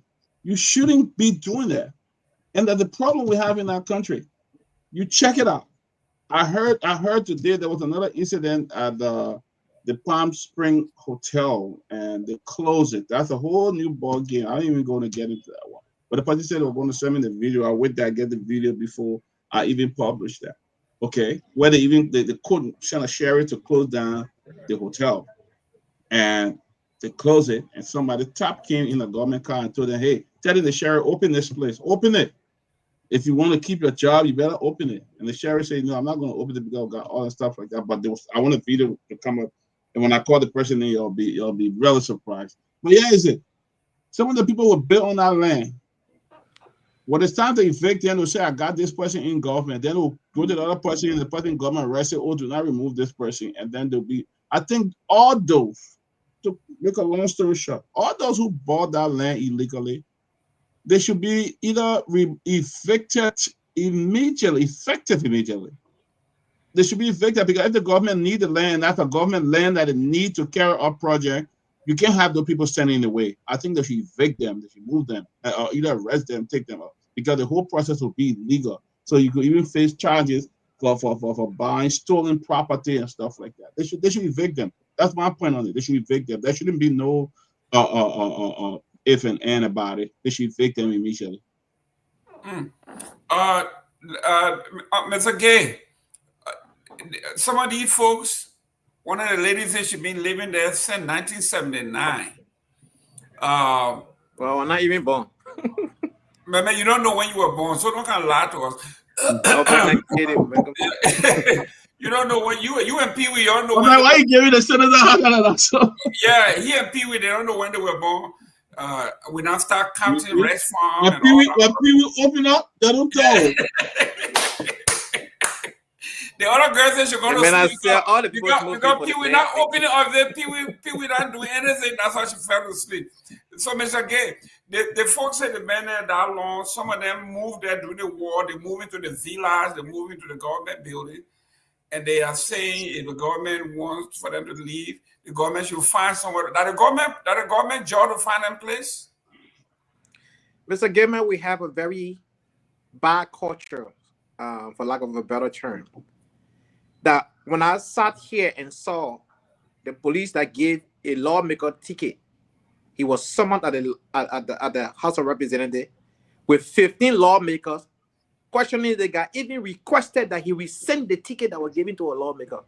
From that day, I don't take many of our government officials serious any longer, because why would you ask a police officer to rescind a ticket that was given to you because you were driving a vehicle without a proper tag on the vehicle and you got citation? So going back to this land issue here, one, people construct land and can build on the land in Liberia, and before you do any form of construction in the city, you must have a permit. If you don't request a permit, the people who are in charge of zoning should come and give you a citation and give you a fine. Those things are not happening. I've seen where somebody built on a fire hydrant, and Mo Ali then went there to take the person from that spot for them to fix that pipe. How can you build over a fire hydrant that's supposed to be an emergency, tool to extinguish fire, right? So the country is just confused. People are not following instruction. People are not implementing their job. Perfect example that Dr. Peabody just gave. A man executing a function, another government official threatening him. We heard Lester Cheney threatening another faculty member the other day. If you don't listen to me, you will not receive your pay. Those kind of things. So The only way these things will start is start from the executive mansion. When the Supreme Court ruled down, handed down her ruling, the president and his justice minister, they disregarded the rule of law. So who gonna respect what law? Who gonna follow who? Everybody doing their own thing. The current justice minister was interviewed on the OKFM by Clarence Jackson about the first map justice that happened. He said they were still looking into the case almost a year today. Another map justice happening again today. So you have a nation that does not value the rule of law, and this administration does not prioritize rule of law. They have demonstrated that we saw the failed rule of law on the MCC scorecard. So they don't really care. We hope that this administration will come to our senses and start doing things in the interest of the Liberian people. This president know how to give good speeches. He gave another one today, right? Hopefully, he himself can recalibrate and set an example that his, lieutenant and the rest of other people will follow. But until then, this is the kind of country that we live in. So, yes, the people are occupying a land that does not belong to them. They need to vacate the land. If government give them incentive, they should be grateful. But government does not owe them anything because they encroached on government land. That place was already developed prior to the war. The war coming, destroying the place does not give them any, a reason to go back on that land to build. During those days that they squatted on that land for those times, they didn't pay no rent, they didn't lease anything. It is now time for the government to reoccupy that land. They should, ask for help if the government can help them, but they are not entitled to anything. And they should understand that they encroach on the land. They did things illegally. If the government gave them any incentive to compensate them because of their current challenges, they should be grateful, but they are not entitled to that. I want to end that. Mr. Nagbe, they got 500 buildings. They got schools. They got mosques. They got churches. One of the kindergarten schools, the lady says she had 200 students. And these schools, they're all inclusive. So now they are breaking everything down. So this community is very huge. So we are talking about some serious issue here. To talk about community that Ben Sanvee 1979, over 500 homes, churches, and mosques. The good Lord said even the Crows build their own churches and their own mosques on the government. Yeah, you're right, and Anthony has a point. But I'm wondering here, Ahmed is internet connection, like he's taking a loud breath. They think Kamara is makes us a little bit. Then he, but look, Mr. Gay does have a point. These are squatters, and it's a delicate balance. But I don't know the details. On another platform, I listened to some of the residents, and they were talking about, what they're asking of the government. In my sense, that's a very minimum ask. They were asking, some of them even want to take their own things with them. They just need a little help to relocate. They're not refusing to leave. I think I listened to 3 or 4 different residents at different points, and I don't think they were coached. They were practically saying the same thing. So it sounds to me like this is not going to be too difficult for the government to handle. With a little bit of negotiation, I think they can find a resolution to this matter. But I don't know the details, but it sounded like these people have been giving an ultimatum to leave without any assistance being offered. Is the government obligated to doing that? Yes, this is their citizen. Do they have a right to the place? No, they don't. But the government has the right to make a citizen, I don't want to say whole, but these are Liberians. So I think what the government can do is to offer a little bit. You just call it yourself. So now you gotta interrupt me too? No, I just want to provide that for you.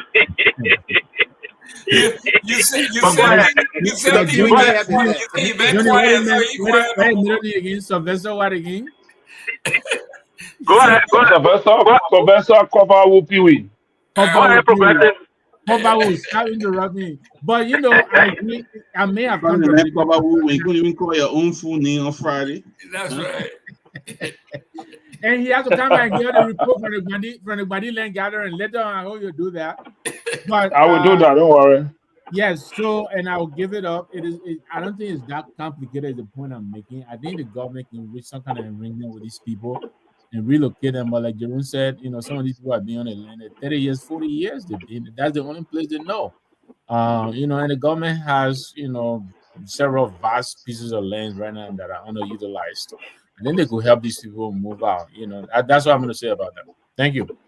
Let me go to Johnny. Johnny, That's conflict like 46 resolution. years, 1979, 46. Yeah. Oh my God. Yeah. So I mean, Mr. Gayman, I would like to know what is actually happening. Is the government doing some work at West Africa, or is the road construction? What's That's the another actual point. situation? That's another point, Jimmy. We understand there are some developers who are interested in the place. Yeah. Again, if you have developers interested in the place, then you should squeeze in a little something. What is it? 500,000. $1 million, whatever it will require. Then you can find a way to squeeze it in there to help these people. I mean, I forgot to mention that one, but that's a good question you asked there too. Yeah, they are. Some of these folks were there. Some went in there and they were working, they were building the hotel. They were contractors, right? So they live on the outskirts. But during the war, the influx of the folks, they were thinking from the war. Everybody just moved there and they took over some of the villas, some of the room in the hotel, everywhere. And some of them built makeshift places. And the government is saying now, to some of us that have been talking about why the government can't do, renovate Hotel Africa, renovate Dopoh, renovate. Now and more to the point, Jerome, during the interim government period, Gosco Hoven practically ran that place free of charge. The government did nothing to him compared to what he should have paid. So again, these are your own citizens. Find a way, to relocate them and make them happy. Yeah. So my point is, if the Hotel Africa community is giving over to a real estate developer or somebody who want to do business, I think agreeing with everybody else is that the government would have done the assessment, because again, you have an obligation to your people, even though they are there illegally. But then how do you want to feed to have people thrown out and have homelessness in your place? So I think they would have had a discussion with this developer, whoever is taking over West Africa.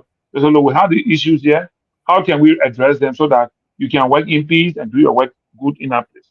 But like everybody said, what is wrong legally should not be supported. I mean, if the company if somebody has given that place to a developer, the government want to do some work there, I think they should realize that giving some time to get the things out and go somewhere. Otherwise, if I were in the system, I will ask for a social housing program. Because as a state, or again, Liberia is a small country, there should be no instance where people should live in this country to be homeless. We have enough land, we have enough raw materials, local material can build up. We can build, several units at low cost and put our people into places where they can live and be comfortable. So I would think that our government should consider having a small social housing program. How many of them are there? They already know that they are there illegally, but then we don't want to see people living in the street, because this will also create another social problem. It could create issue of crime. It could create other issues that will again come back to the state as a problem. So the state should see this not just as enforcing the law, but look at what it will do to curtail future problems that will result to get people out of the house and saying anywhere they want to live. So I think the government should get involved with having some compensation through social housing program to accommodate them in a way where they'll be dignified too as Liberians, even if it will cost them to pay minimum amount. Let's say government secure a place where they build homes. It's okay, look, you'll be relocated here and you'll pay the amount Monday or what a period, and after a period of time, you own a house for yourself, like you had a own place, that you had a place before in the West African community. It's good. Because like I said, one of the sole duty of the government or the state is to take care of its citizens, its people. It's like you're the father and mother in the home. If your child does the wrong thing, you gotta find a way to make sure that child doesn't do the wrong thing next time, and make sure that he or she becomes better tomorrow. So if you just say, he has to do that, you done it, and throw you out of the house, you throw he or she out, he or she will become social liability to the society, from the perspective of the family. But then as a state again, if you get through your citizens in the street, people got children, they can't respond to the children may turn out being wayward children or zogo. And now some of the social problem will be associated with that kind of situation. And from my perspective, I think we should look at it and provide some social housing program for them to avoid future social problem for society. I have a different twist to that. Look, when we're growing up, Water Africa was for tourism. We used to go over there. It was for tourism, it was for guests and all of that. We're not going to change that. Give them time to relocate. Nobody can make and say, oh, they how we treat our children. This is not a children thing. We're talking about tourism making the place favorable for people. The place need to be renovated, and the government can use this for revenue generation. That's a beautiful place over there. We used to go visit there, the villas, the hotels and everything. Most of Liberian conferences and stuff, they used to have it right over there. Go to Chancellor Town, Wu-Town, wherever time. We used to go over there. No. Let the government fix it. Give them time. I'm not saying throw them in the street. No, don't throw them out. 1 month is not enough. But I think 2 to 3 months and with reasonable accommodation. I don't care if they get in the money and they go to the moon or the business. Give them a reasonable amount that they can go rent a room somewhere for 6 months or whatever it is. They have no business being there. That with no room for squatters. There's not your place. Don't squat there. Too many problems we're having with people taking over people's place when they got no business doing that. They're doing it in America. Yeah, you think when you can squat somebody land, they give you 3 months to move in America. Once they get a cold order, they come and sweep you out. So the same thing, but they didn't get it. I understand different environment, getting small money. You didn't carry the trouble somewhere else. No, but again, before we let me say this. You know, in regards to what to just buttress what Selvee has said, they created their own situation. Now they expect the government to get in place and give them money to go and stay. That's wrong.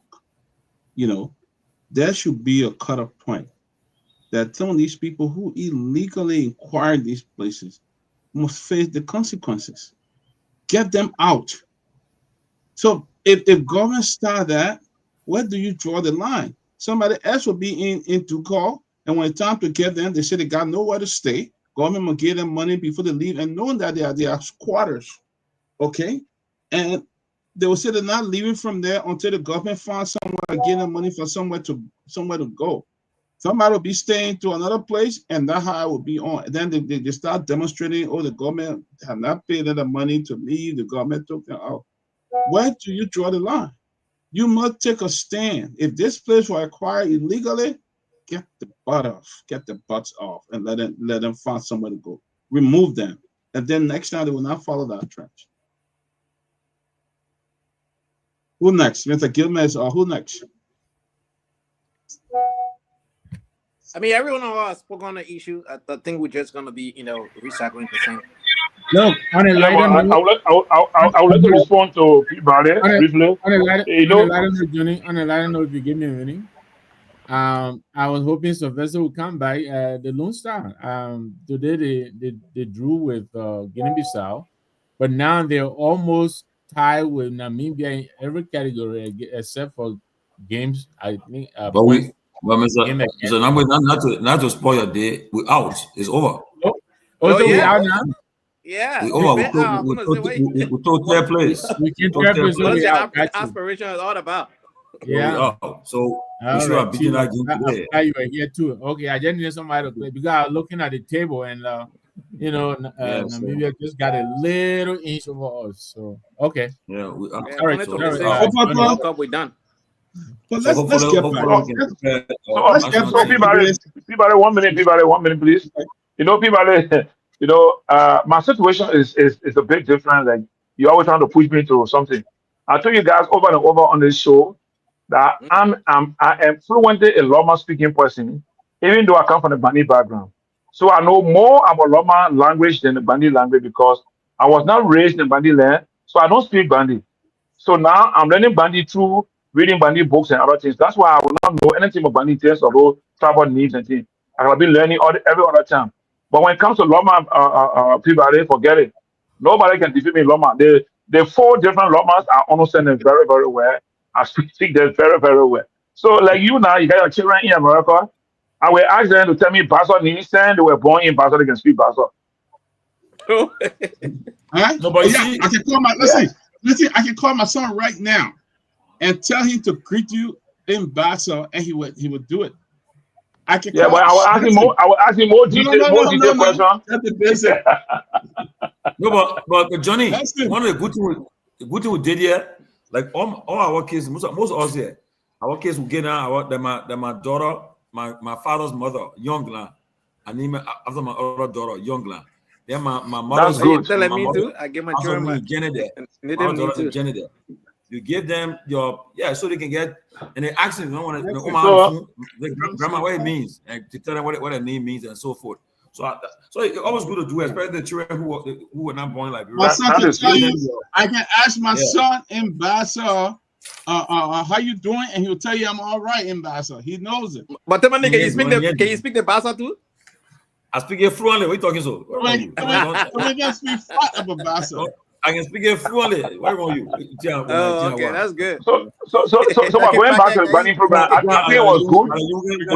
We have almost 300 persons in the program. In Minnesota, we have from today update. I got my guys there.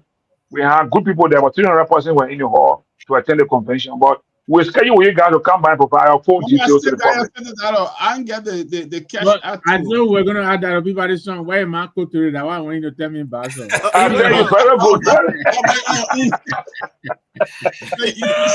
Y'all raised 100,000. We raised some. We didn't get all. We got some. How much y'all raised? We're getting update on tomorrow during the senior leadership meeting. We'll be getting update to us tomorrow. Thank you. But Mr. Peabody, I put the Zell information in the chat room. The Zell information in the chat room. Okay, good. Hey, guys, if we I want to see Bassa. I want to see Bassa. You see, you're looking for trouble. You're looking for. You can speak Loma first. When you speak Bassa, Johnny, the point. Speak Loma first. Johnny, Mr. Pewee, come on. Somebody told me they said the entire Bani population like 500. How you get in the Liberia, in the whole Liberia, 500? How you got 200 here? That's true. The Bani population is more than 20,000, more than 100,000, more than 200,000. More than that. In the going election, our population of registered voters in the Bani land was 47,000 plus. Just registered for that from 18 and above. That means like 18 and above are registered to vote in the election. So yeah. Think about those that didn't register, the children, all of them. The Bani level more than 200,000. Johnny, adjust your camera. Your head is your yeah. Okay, guys. So in Lofa, the Bani had a higher number of PhD in Lofa County. Okay. Guys, we got the that is arguable. This one was on the front page. Can we talk about the trending story on social media? Yeah, which one is that? Let's talk about which one. The back and forth with I see everybody from different parties, people going live, senators, representatives, all on the issue going on. All of a sudden. Yeah. So tell me, you know about it. Talk about it, man. I don't know what you're talking about. You brought it up. No. So people issue. Okay. issue. See, you ain't scared of trouble me, though. You're scared of trouble me. I'm scared of trouble. That's what we brought you. You're right in the middle. You see, you're right in the middle. Go right ahead. There. You don't tell me like the stage already. That is a trending story on social media. I've seen all the I think it should get everybody concerned for one thing. One of the parties involved is our panelists, as Mr. Gayman can say, one of the queens for this channel. That's right. And so it's important that we address it. And good and bad. Thank God, senators, not yet, so we have time to talk about it, make it a good topic. Two, I'm not happy that he's not here because that was one question from him because somehow he's connected to the other party, but I will keep it for him. I'll still bring it back to him. But we're talking amongst ourselves because great teaser. Go ahead. Yeah, we're all professional and family people, and we carry ourselves in the best way every day. Everybody on here. That's right.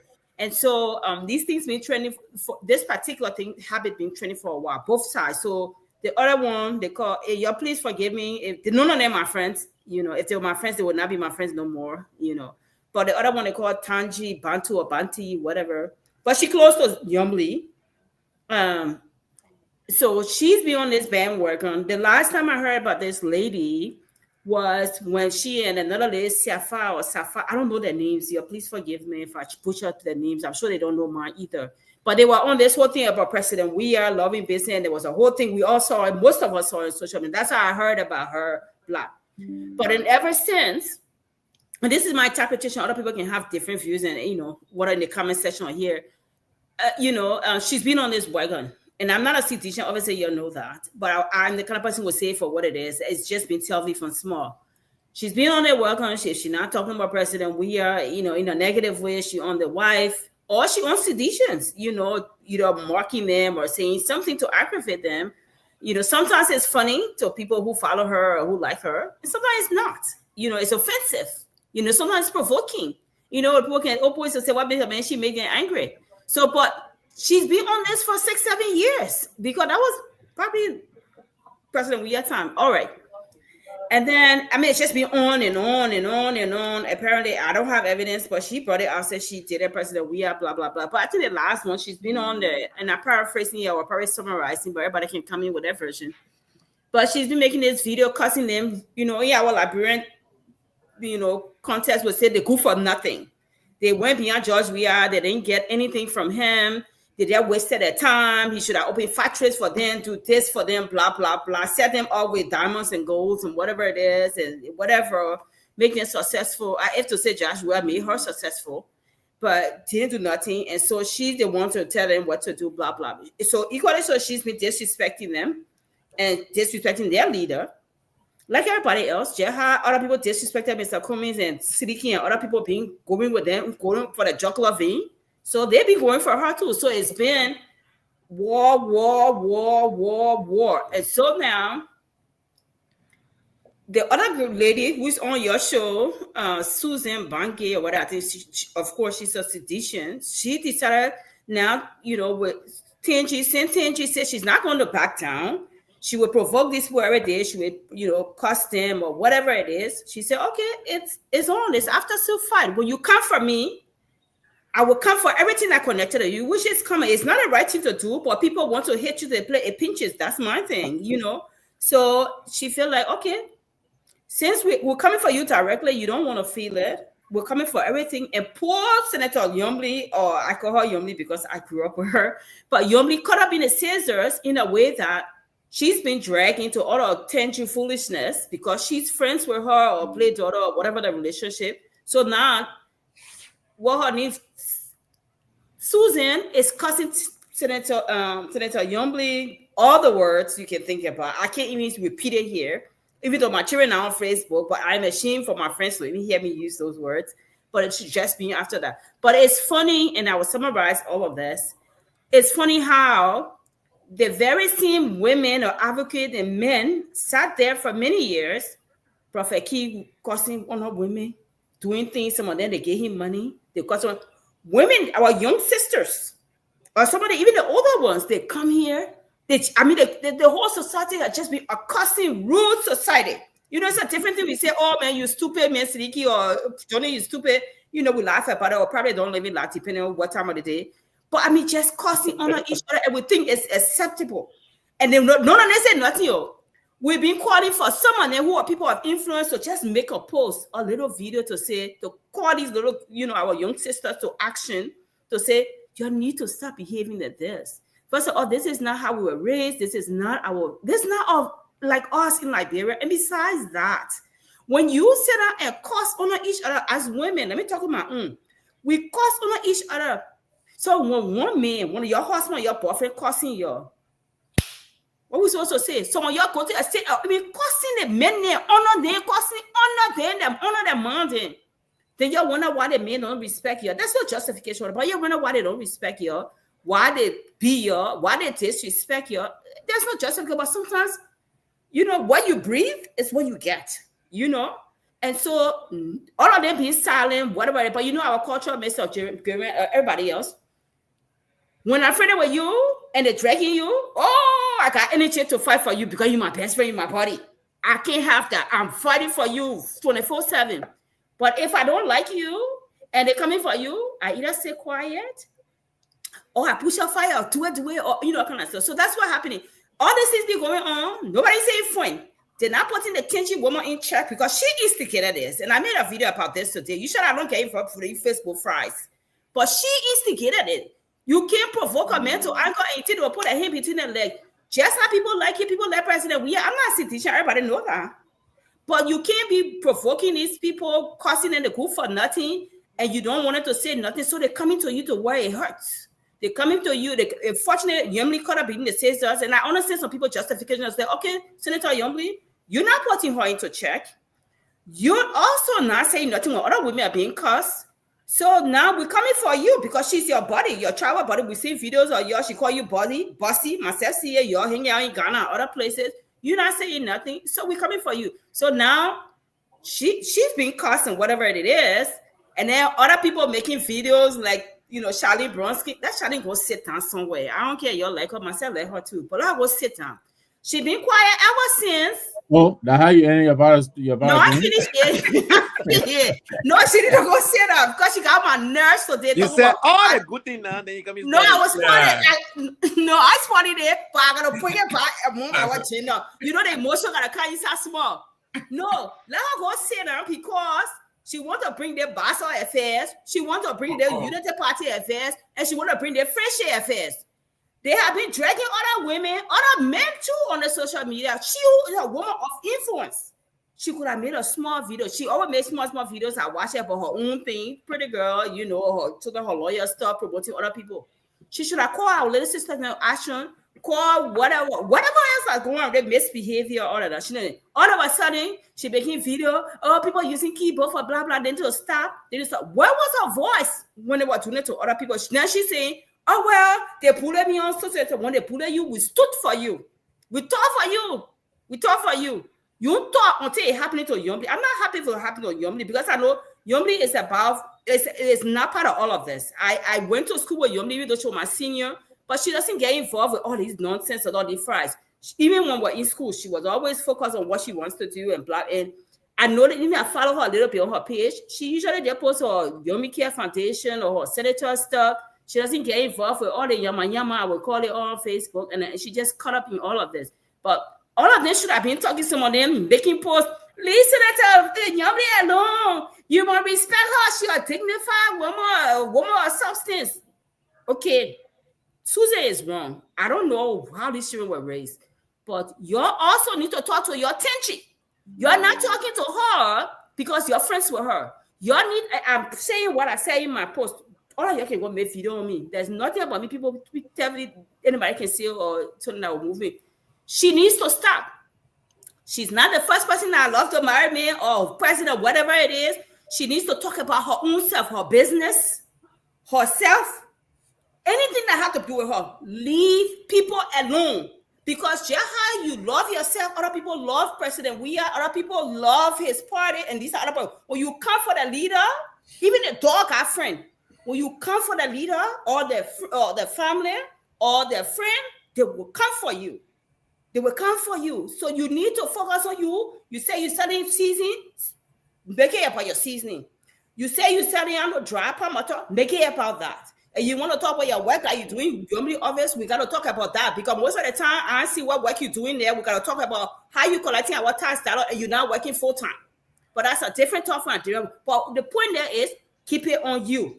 Leave people alone, and people like Senator Lawrence and Senator Dillon, because once Senator what her name, Tanchi is finished for Yumli, by extension, Dillon is in that. I know that whole circle.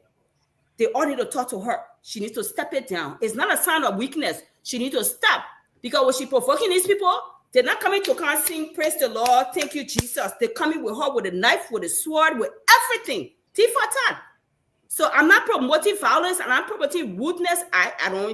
People know that I don't speak in that manner. But what I'm saying is that we can't be talking from two sides of our mouth or be doing selective advocacy because, me and Yumli went to school and race now. And so now you're cussing a woman now. I got to talk for her. No, I'm not going to talk it on both sides. Both sides need to stop. So that's my version of the story. Anybody can jump in. Wow. Yeah, the only thing I've got is Dr. Peabody, 1 minute.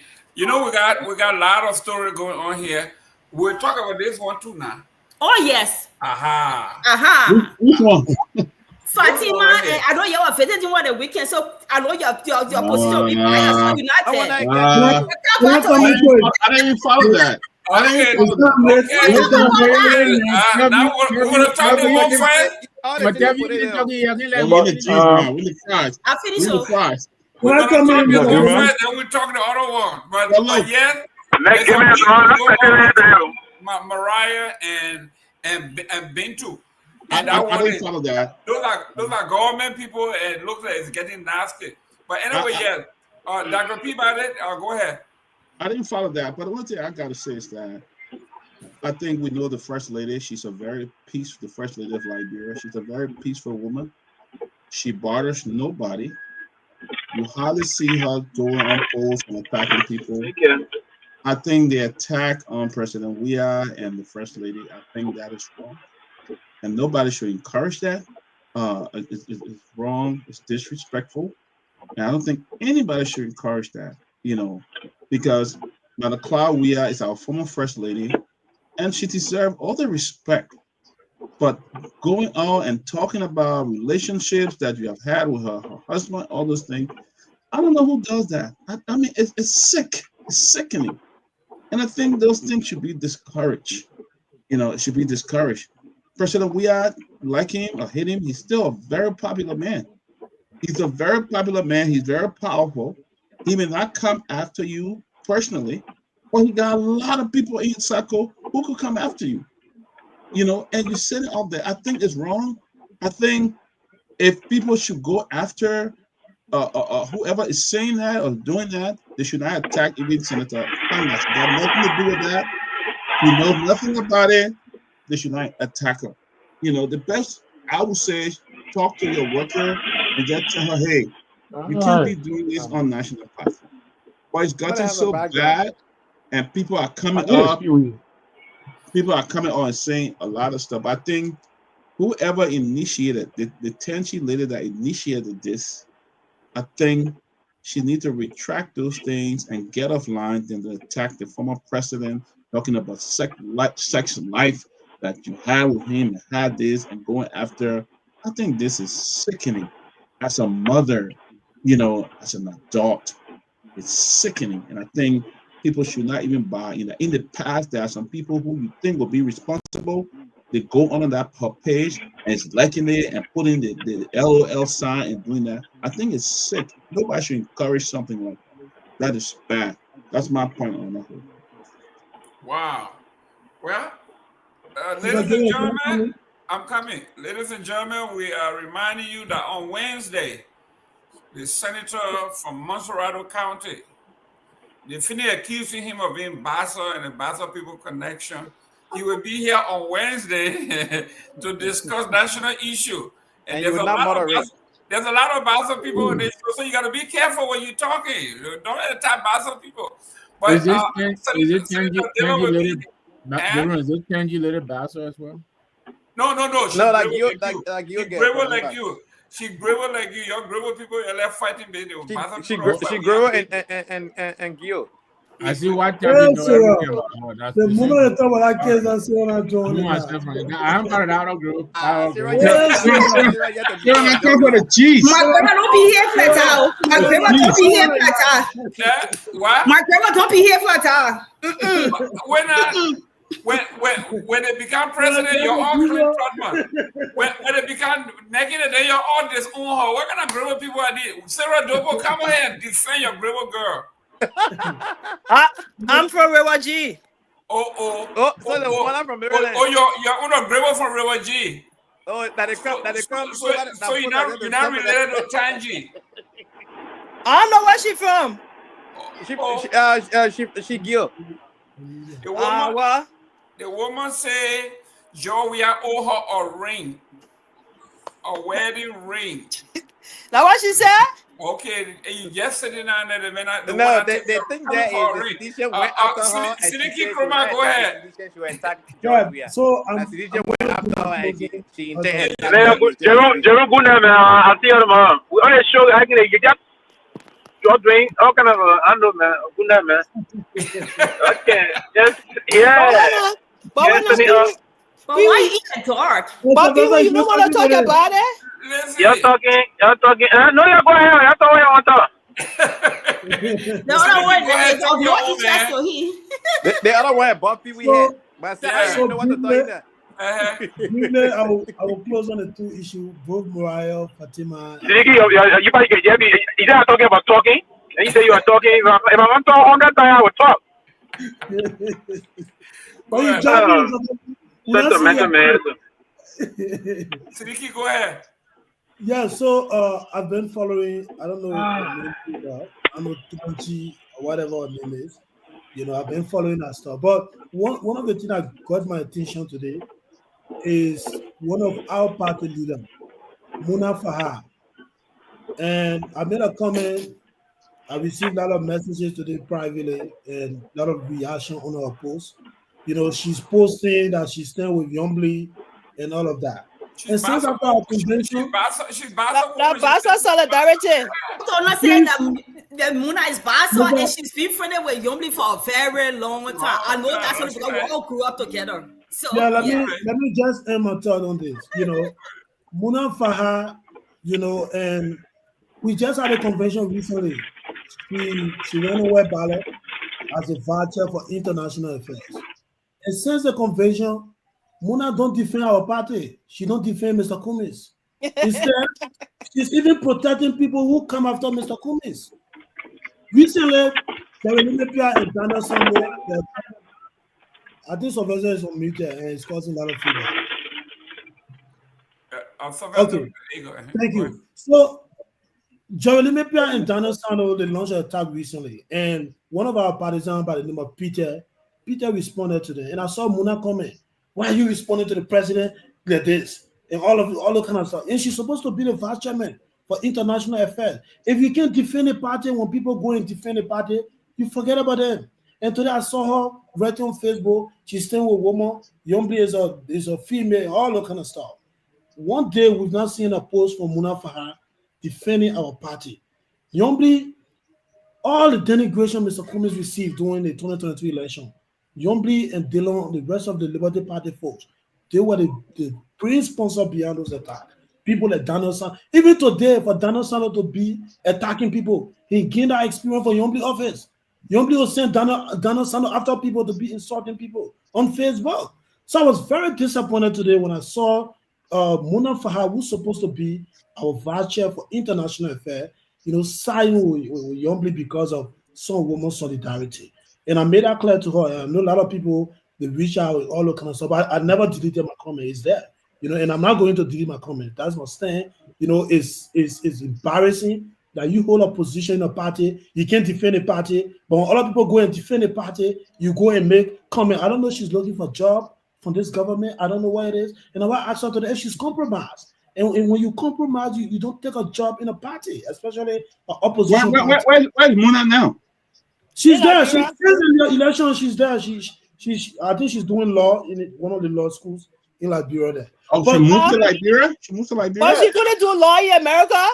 No, that's not my business, Sarah. Y'all need my friend. Y'all need my friend. There is an issue about Mariah. I'm just joking.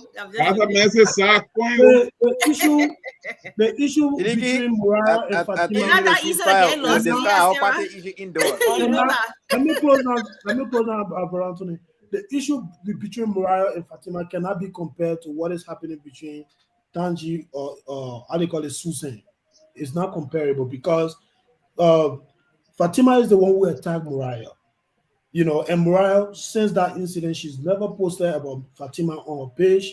She's now see a wall of people actually speaking for her, and I like what she's doing. Fatima on a class, I don't know, class reloaded, whatever it is. Class reloaded. You were asking a question. What did Mr. Comey drink before you went to the spoon talk and made a statement that nothing has changed in the country? And Fatima spoke her dale that Mr. Comey he smoked something in your dale. Dry leaves, which is marijuana. Yeah, thank you. So when Mariah came on spoon, she said Fatima need to retract the statement, or else they're going to push out the court to go in and verify or prove where she saw Mr. Comey smoking. You know, and then she came on Facebook and said she started describing, which I'm not here to repeat all those words she used on Mariah. No, but I'm gonna tell you, go after me, I go after you. Yeah, so since then, Mariah ignored her, and so it's not comparable. She's been the one attacking Mariah. You know, I just wanted to lay that premise. But so how is it not comparable to Tanji and Susan? Because the two people responded to each other. Who started the fight? No, but like what I'm saying, it's not comparable because in the case, I'm not here to judge who started, who wrong, who not wrong. Oh, what I'm saying to you, Mariah, you check Mariah page, she hasn't I responded. think he's responding to the nature of the words being used Exactly. at each other So, in the other. Okay, got you. Between Fatima and Mariah, only one person attacking. Mariah, she's not attacking. She never posts about Fatima and all of that. But Fatima is the one posting video, you know, talking all kinds of denigrated things to Mariah. So thank you, and I think I will end on this note. Thank you. And Muna Fatima has you to need defend her job because she's not delivering you on need time. You said you end that. Why are you coming back again to talk? Sarah, welcome. Yeah, thank you guys. For some reason, you know, I don't know a lot about internet, so I've been having a hard time coming on my iPhone. I mean, on my iPad. But thank you for the show, and thanks for those in the comment section for listening. I've been following the show, and I had a problem with you guys when they were discussing about the people at the Hotel Africa. They being, evicted from the place. And I heard somebody saying that they are squatters, and I mean this is very condescending. These people went over there because of the war. A lot of them were displaced during the war. They didn't go over there by choice. They went there because the situation in our country was different. And after the war, there are still challenges. We don't have a lot of jobs to consume them. They don't have anywhere to go. So if the government is going to move them, they can move them, but they have to give them time, and they have to give them some incentives for them to move. You can't just put these people in the street. Number one. Number two, these are some of the people that voted for rescue mission. Rescue came to rescue them. That's not rescue if you put people in the street without giving an alternative. So I think that was very condescending for people to say they were squatters. They were not squatters by choice. They were squatters because of the situation that happened in our country. That's what I wanted to talk about, to make a point on that. All And that then with years, the all that Tanji- years, people had tried to put their life to move on. and then- they kept you one place, they can't move. Well, If I was if in you charge, make the situation better for the country, they will move on. There's if no I were in job. charge, I would evict them. There's no job. There's no job. Sarah, you see, and the politics of our country, but I'll wait at the presiding.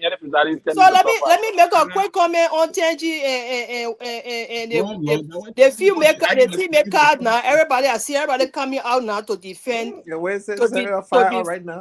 To defend their political ally or whatever it is. This thing started since 2017. This lady has been insulting a political leader that has almost over 2.5 million supporters. Okay? And besides that, he is a married man. He has a wife and children. She comes on Facebook and says all kinds of derogatory things about this man and his family and his wife. Sometimes she bullies Garguah on her page. I didn't see none of them come out to say what she's doing was wrong.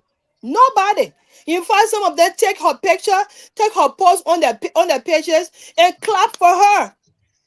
We have to stop this. This is hypocrisy to the highest degree. Yes, I will support my political leader to go after her because she's wrong for going after his wife. And everybody else supporting their side, which of course is making our country now very divisive. And who started this? Tanji. Where is not the only person she loved her. And some people say, oh, she suffered with him, she helped him. He's the only man that she suffered with. And what kind of suffer she suffer? She gained from him, as a matter of fact. So for her to be doing these things and nobody to stop it, and has reached this far, I'm not happy about the protein being dragged into it, but the protein enabled her to do that. So at the end of the day, if she's being dragged into it, she needs to take the blame as well. So that's the point I want to make. We need to stop this. All of us are women. If we want to be women, women supporting women, we must call a spade a spade. When somebody is wrong, tell the person in the face they are wrong, no matter which side they're on. But I don't see that in our body politics. At the end of the day, it has gotten worse. People dragging people, people insulting people. The protest office is one of the highest office in our country. Now it has been dragged into stuff like that. Look how degrading it is. So we should nip it in the bud from the beginning. Instead of just sitting there and say, oh, yeah. She's telling her story. She's doing that one. She's doing that one. We are not the one who virginalized her. I stand to be corrected on that. Oh my God. Hey, breaking news. Breaking news. Hey, See, political show, yeah. Let's stick you're to saying our you're politics. today. No one saying anything. It have been saying, No, Mr. Gilman. Ceasefire, yeah. What is the breaking news? What did I miss? What is the breaking news? Let me go to Pewee. Pewee, you are not spoken yet. Go ahead. Okay. So, I know, sir. I know. Who talking that? I thought Seleke said he was gone. Why? This man like gossip business. I never see a man to be with me gossip like this. But Seleke said school was starting and he will not be coming back here. He'll be out late. But the man just said he closed. You were gone. Now you're not coming. Go ahead. I know for a fact a lot of things. Enjoy to get up. Not mine. A lot of things being unfolding in the country, and so for some reasons, I see my dear Sarah sounding very, very sensationalistic here, and beyond that, we have description of choice of war, choice of the description. I mean, if I violated your platform with my choice of words, I'm sorry, but I think no. I didn't suggest that, but I'm just saying the reason why folks would get all it focus in terms of discussing this kind of a heated political discussions if they unfold, and this is we are just 4 years to the election. Trust me, a year to the election will be more dangerous than this. I believe that. It will be very, very dangerous. It will be very graphic, and most of those things, so graphic kind of the change is going to be terrible. We have to, and I see this and as my professor political science would say, for the quest of naked power. But that naked power, and a lot of things can happen behind the scene. And I will just want to call on. But before going there, I just want to say to you, Sarah, that we don't always have to be political in terms of discussing certain things. Those people that have been over there, the whole Africa area for almost 4+ decades. I mean, if you are wrong-footed, squatting somewhere, the government got no right whatsoever to compensate you. Nothing whatsoever. But how did they get there? How did they get there? It's not an issue of how they got there. You know, it's important though. No. It's not an issue about how they got there. It's not an issue about that. If this government, at least we should give this government some commendation here to having the wherewithal to say they're moving to do some development. Other government ain't know the place. Which is commendable. It's right? Very commendable. So if the government, I think the government is going to be very sensitive. But what we shouldn't say now is that to say the government is the government responsibility legally to do that. No. If you are wrongly on or squatting on government property or build your home on an alleyway, it is not the government right. And that's the only thing is the past government have not been enforcing the zonal law and some of those things that have been unfolding in our country. But I will go back to the very sensitive issue that have been unfolding. And it been Pewee, 1 minute. Pewee, just to ask you why you speaking about this thing. What do you consider about the peace island behind the Mishra complex? How do you compare that to Water Africa? I don't know. I don't want to expound this debate that will. Because I'm saying because to just support you. I mean, just to bring another counter argument to you is that people who are residing in the current health ministry as displaced people, they want when the government had to take care of Ministry of Health, they move on our island also illegally. And I always say that there will be a time when the government comes and want to develop that island and make it better. The same issue we're having now with the West Africa we're having. And that is a precedent. It was during the Julie Bryan regime that people move on that island behind the new Mishra complex called Peace Island. Everybody over there, 99% of them are squatters also. They don't have no legal deed for that land that they built on that Peace Island. Absolutely, and you see, it's not only our country. I was in Ghana before when they move on a major slum area. The people cry. The government was clear. The bulldozer moving, and they moved and did that. And when I left that time after a year and a half, I went back to that same place. I saw an extraordinary development by the Ghanaian. There's a freeway empty through that side. So if the government got the right of this eminent domain thing, this is not eminent domain thing the government is evoking. But you went somewhere, you did things that is wrong, it's on the property that you shouldn't be on. So if they allow you to squat there for the period, they say time to leave, leave. Now, the only time government will compensate you, like the Ralphie Highway, those that got horses, even when the World Bank was sponsoring the Coca-Cola factory, Ganta Highway, they compensated all of those people that had homes, even those on the highway up to Ganta, those people were compensated. With the one, also the Ralphie side, they will be compensated because there's some rule that you should have them compensated. But beyond that, I don't think the government should ask. If the government wants to do it out of goodwill, yes, the government can do that. But it's not the government's responsibility to do. But the sensitive thing that's unfolding, Mr. Gayman, and for me, I just urge. I mean, there's no. Dr. DB said something. He said even the cat and the dog, right? There are certain things they cannot do, but we human beings engage. He said that in one of his songs. The lady that's in discussion here, the things she's always doing, the cat and the dog can't do it. The cat and the dog can't do that. Yes, the cat and the dog will not do it. You know, to come and justify that biblically. I mean, you should just be the devil incarnate to do this kind of thing. And you're trying to give a biblical justification to doing that, to say you ain't something with somebody. I don't just want to dignify these things for some reason. And and I said it to myself. I think Tomalin and I had a conversation behind the scene. I was even saying it. I said, hey, this is going to trigger a lot of unwanted attacks. They're going to trigger it. But so we are is extremely popular. He's a people-centered political person. So if you're attacking, you don't have to sanction respond on the attack, a retaliatory attack, but his followers. So as this I heard, this is Susan went out on the rage also and other thing. You're going to see that. So other people video that. Listen, this woman they call, I know Tanji, I know how to call her name, Guza Tanji. Her arrogance and her stupidity, we have to come to a level she have to stop certain things because you expose yourself further. It's not good to let it go. It's not. I mean. It's not something that you have to come and be doing as a normal. So people are even saying she has a mental problem.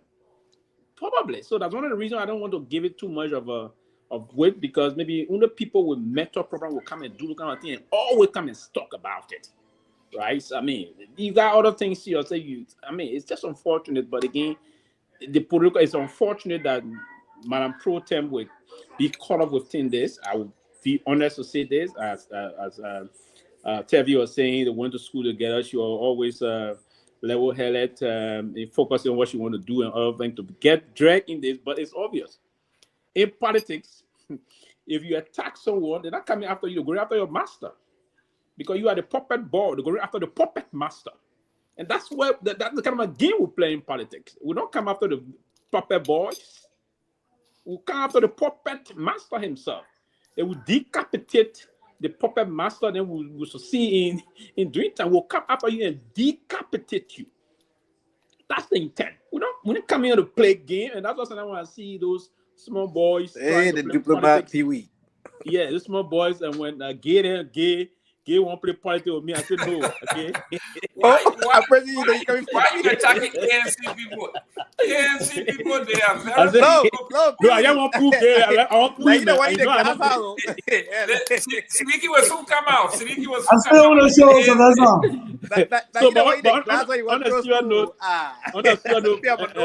that's all. I stay on the show. I stay out. You're on the show. Daniel said one for your video. And then you know to eat. I'm begging you. No, in the back. I stay on the show. Coming on the executive mansion page. Daniel said no there you are defeated. Yeah, he did not deal with us. He displayed his incompetence on the show to suggest that data is not important to now. That displaying his incompetence. So I will end here quickly. How can you fight without data? The way forward for our politics, and this is going to be new to us. I know very well, but I think for the Tanji woman, I think this would now close on. We'll silence her a little bit, and because the attack, and we've been talking to people behind the scene that hey, you don't have to go in the mud with her the way she want to go in the mud. As Gafan will say, we'll go guata. right? So it's not a time to do that. It's a time to just somebody reflect and move the country forward. But trust me, I'm afraid, and I was listening to TV saying things, the bar calls and the calls, and the women are doing it. It's not men. Women are the ones doing it. If you see these things on social media, and then one time when men do something, it will come out. And the time you expect them to say things, and you write on TV, miss and on this. Councilor Charlie Bronski should have nothing to say in anything here. You know, and she did the same the last time during the Basel program here in Philadelphia. When there's people pushing online up, then she came, oh, we don't want to do the online. No, listen, we all know that you are, maybe you should be the spokesman. I'm the lawyer now for the pro tem, but the spokesperson for the pro tem. All the things on 40, you didn't come out to say, hey, we have to do the thing next time because the pro tem say that you won't come out. Nobody want to listen to you. And you want to be, if you want to remain politically relevant, you have to be very mindful as to how to jump into something sensitive political discussion. That's why I will end for now. Thank you. Let me before I carry you, John, let me go to Tomalin. Tomalin, the reason I'm coming to you, you've been there from day one, and you guys have withstood the attack on this president. I mean, viciously lies, you name it. I'm talking about former president. Yeah. You know, this is nothing new to you. You think it has gotten to another level here? Well, let me say this. You know, many people can always say, "Oh, you know a lot of people, and so forth." Yes, some of us we've been around for long, and like many people don't know. Tavina and I went to the St. John College together, AMB Zion Community College. They had a Tavina and I had a group. Yeah, so about 4 beautiful girls in that group. Yeah. No bad girls. Yeah, I know. No yeah, bad they were girls. good. You know, And before that, you used to call the bishop too. yes, so yeah. So I know You can hustle. You can hustle. Yeah. My sister was there. My sister, but I know them a lot and so forth. I know all the players. I know them, and the thing is that what I've noticed in our politics is that you gotta study that. Sometimes I was saying today, people say, "Man, people together all the time." Now, if people is doing something wrong, and I know it's not right, I will tell you. But don't do it. See, he will tell me because if he close to somebody else, they close to Pewee, and something happens, they will go after one of them, his close person, and that's what I see in our politics and so forth. Like for instance, that Pewee again, Fatima long before politics. Fatima, all of them on race with Torgbean, long before politics. When she was pregnant with her last child, I think, I came from one funeral from Rwanda and I met her. And I've been her for a long time. And so politics will not be the reason why I would break up friendship with people. So today, I won't call the person. Somebody attacked me this morning, and I shared with people and Peabody. It said about the picture I took with Fatima, and then also they don't come here today, so they had a problem with it. And I said one thing: our platform, we're not allowed the platform to turn into a partisan platform or pro-government or anti-government platform. Let us be.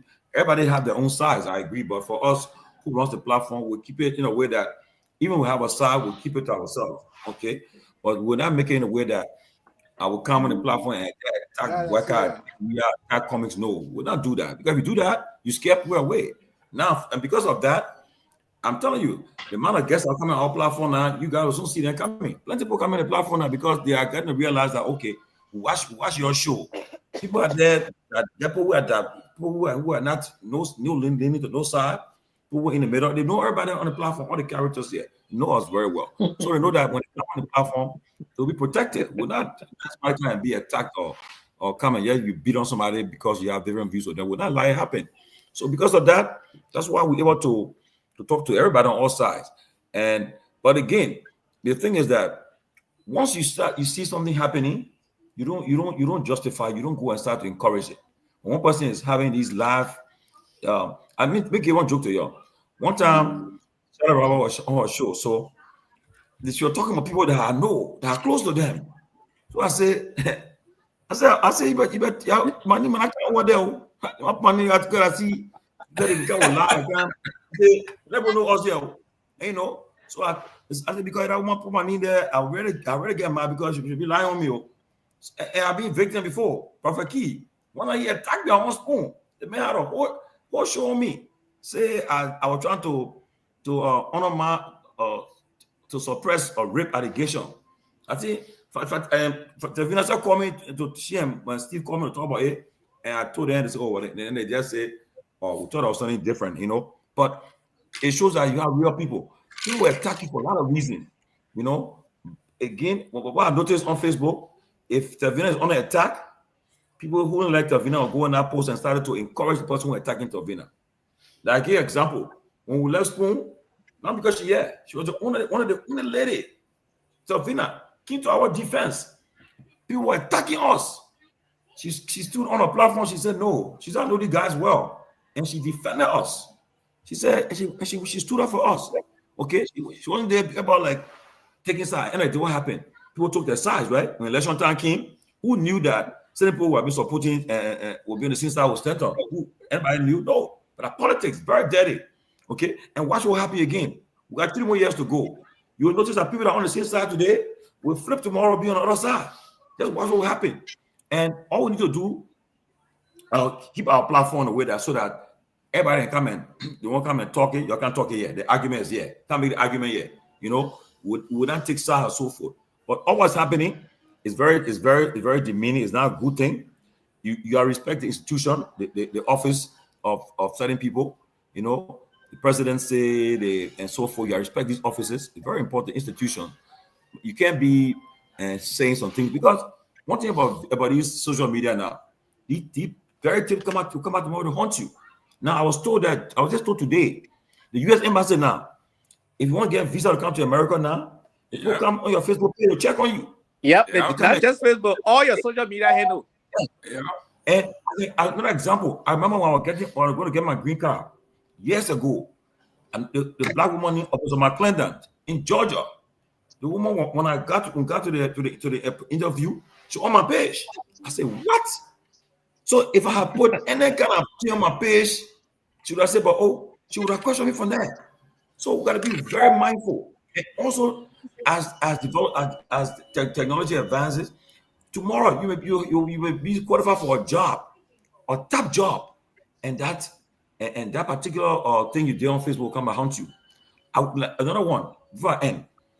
I was just informed recently that somebody was nominated by this government for some position, but because of Facebook posts, and I was informed by somebody top in the government said, guys, I have a task.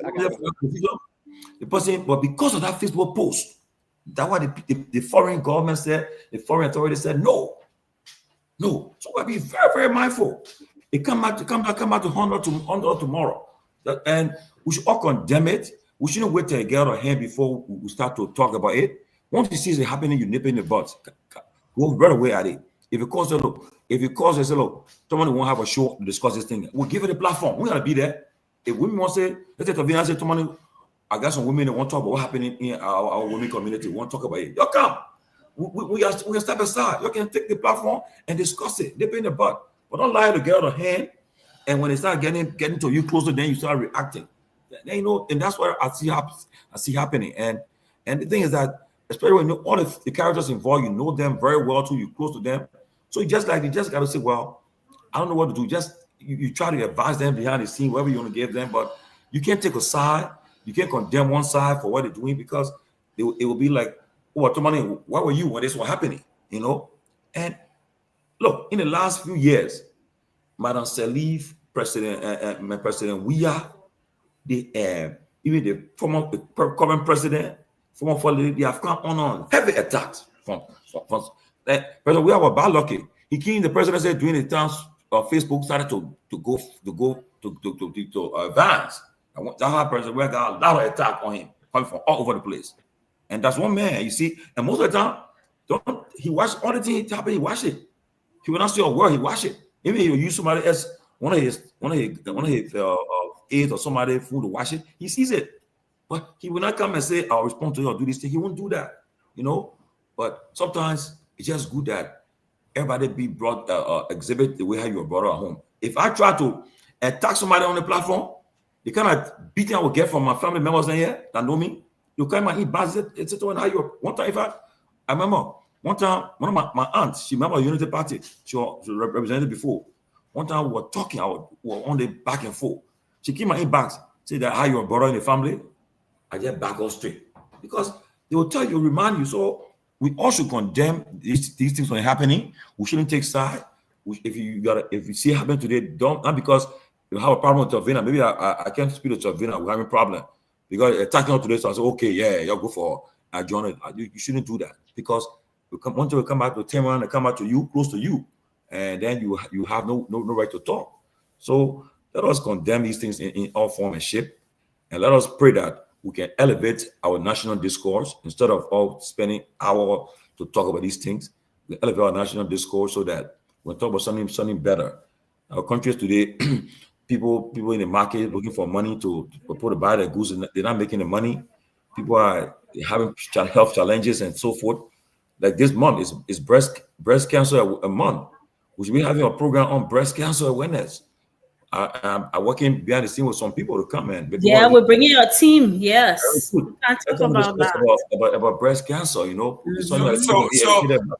so September was prostate cancer month. You said nothing about the men. What's going on? I didn't know about that, but if somebody had brought attention, we'll give them that opportunity. Okay. But I don't want brought it to our attention.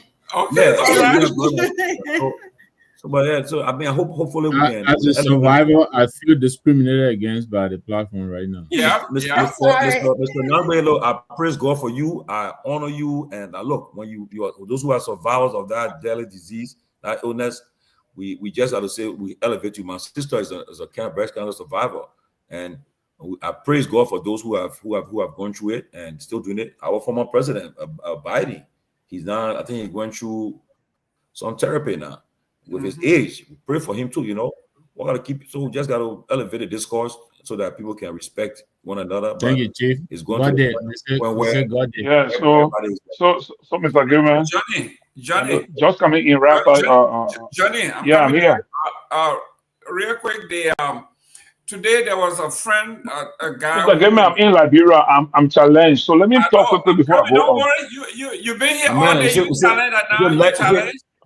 You say the light being stable in Liberia. Don't make it look bad. Being stable. No, I'm not saying light. I'm not saying light. I'm wrong on data. That's what I'm saying. Don't worry about data. No, I'm not saying light. I'm going on data. I'm not saying light. You see me shining like this, as black as I am. I'm so shining and reflecting on the screen. Let him mentor his challenge. Johnny, the chief financial officer. But listen now, Johnny, somebody on the front of the government on the platform.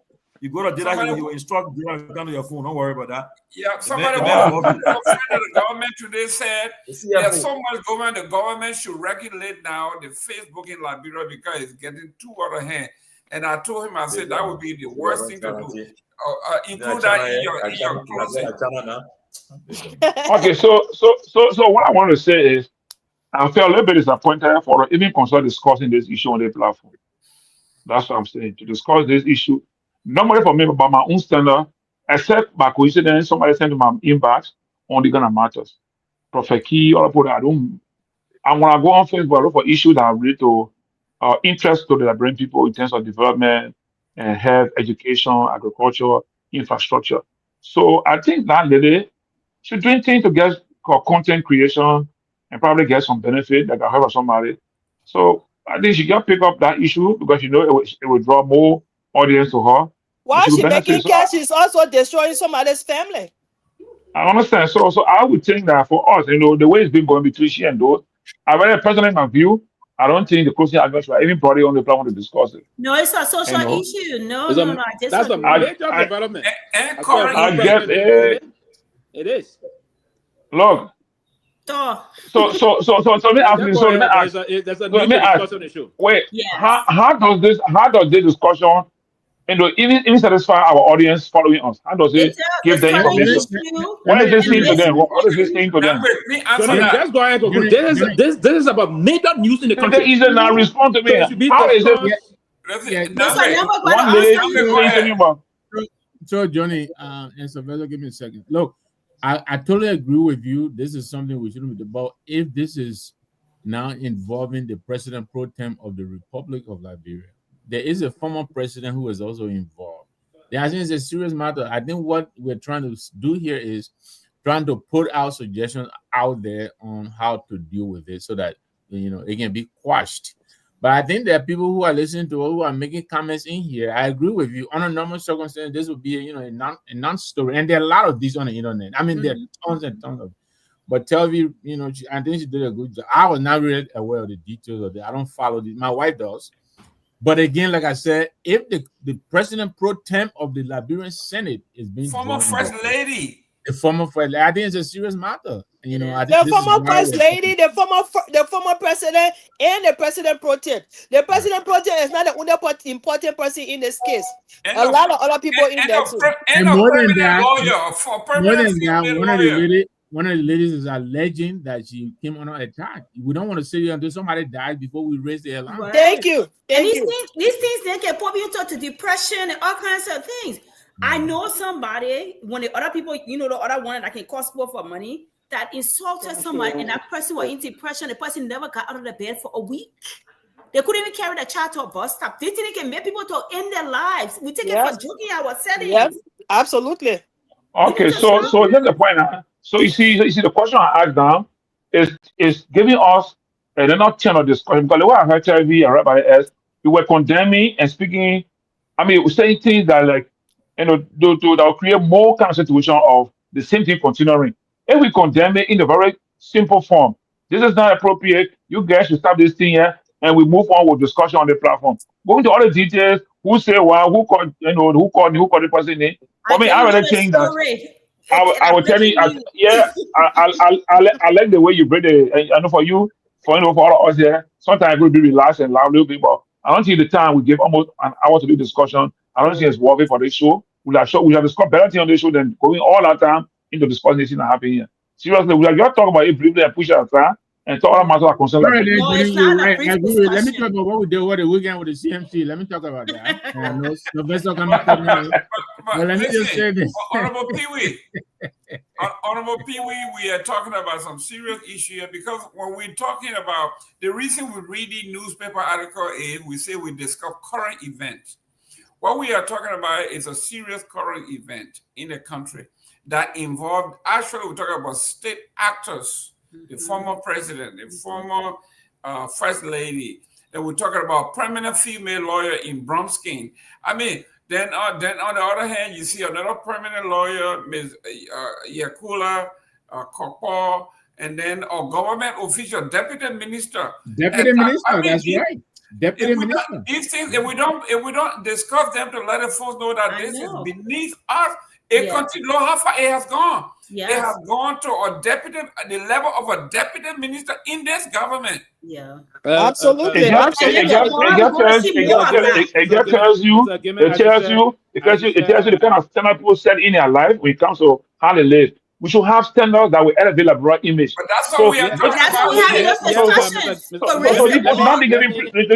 We should not give them credence on the show for a length of time. Actually, one hour talking about that. Let me say this on the most serious note. And again, that's the difference in we assess the topic before we agree to come and discuss on the show, right? But there's something to call the news element. My brother, let me bring this to your attention. The news element, that's a serious element of the news. It will have to be discussed, particularly those that are involved into this matter.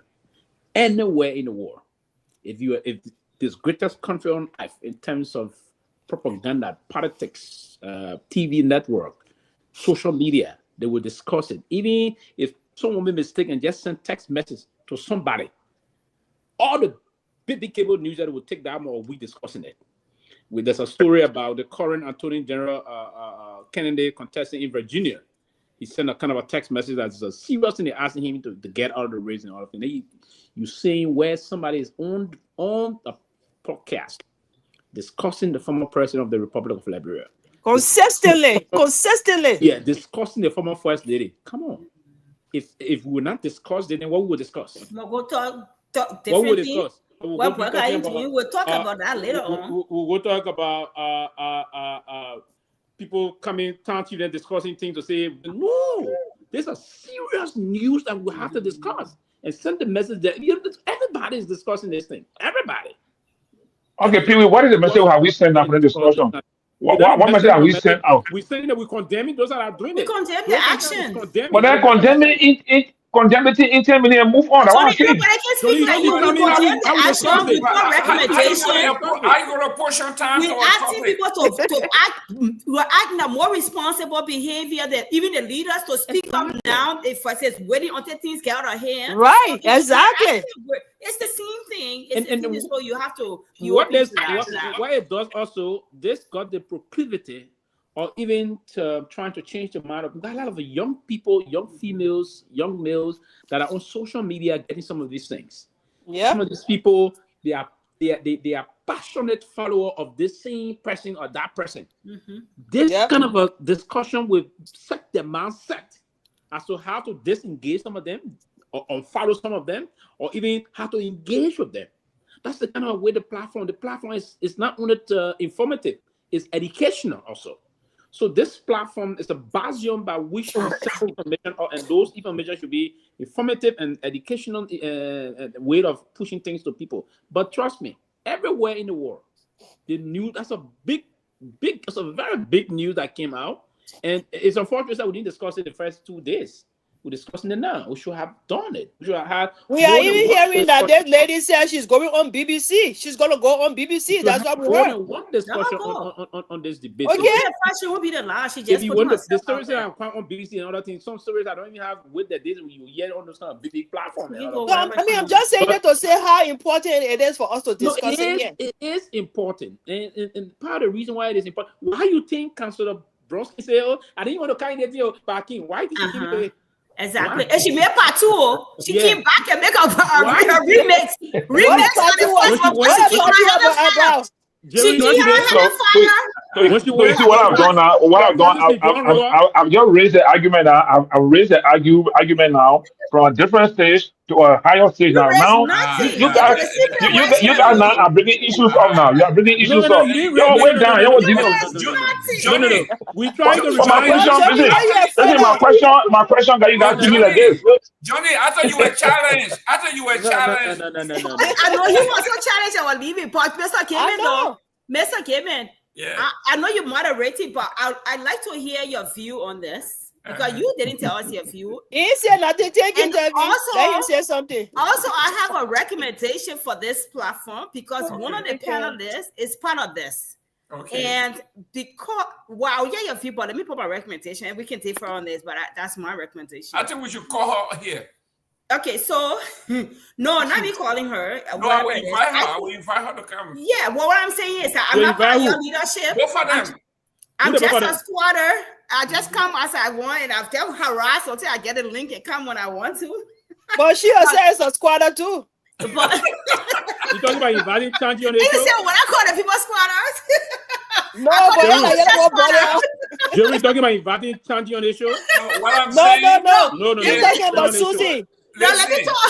Let me talk. Go ahead. Let me tell you. I want to hear your view first. I want to hear your view, but let me put my recommendation down. But wait now. But why not invite them? If you can discuss, no, you can't jump at them. We're discussing our nonsense. We're not talking about would I call room here? Tell you got it. We just saying why is this? No, what I'm saying is that because one of the parties involved is a panelist here, or frequent squatter than me. It says I thought she was part of the core staff or core panel, but if she's quite regardless, she comes here.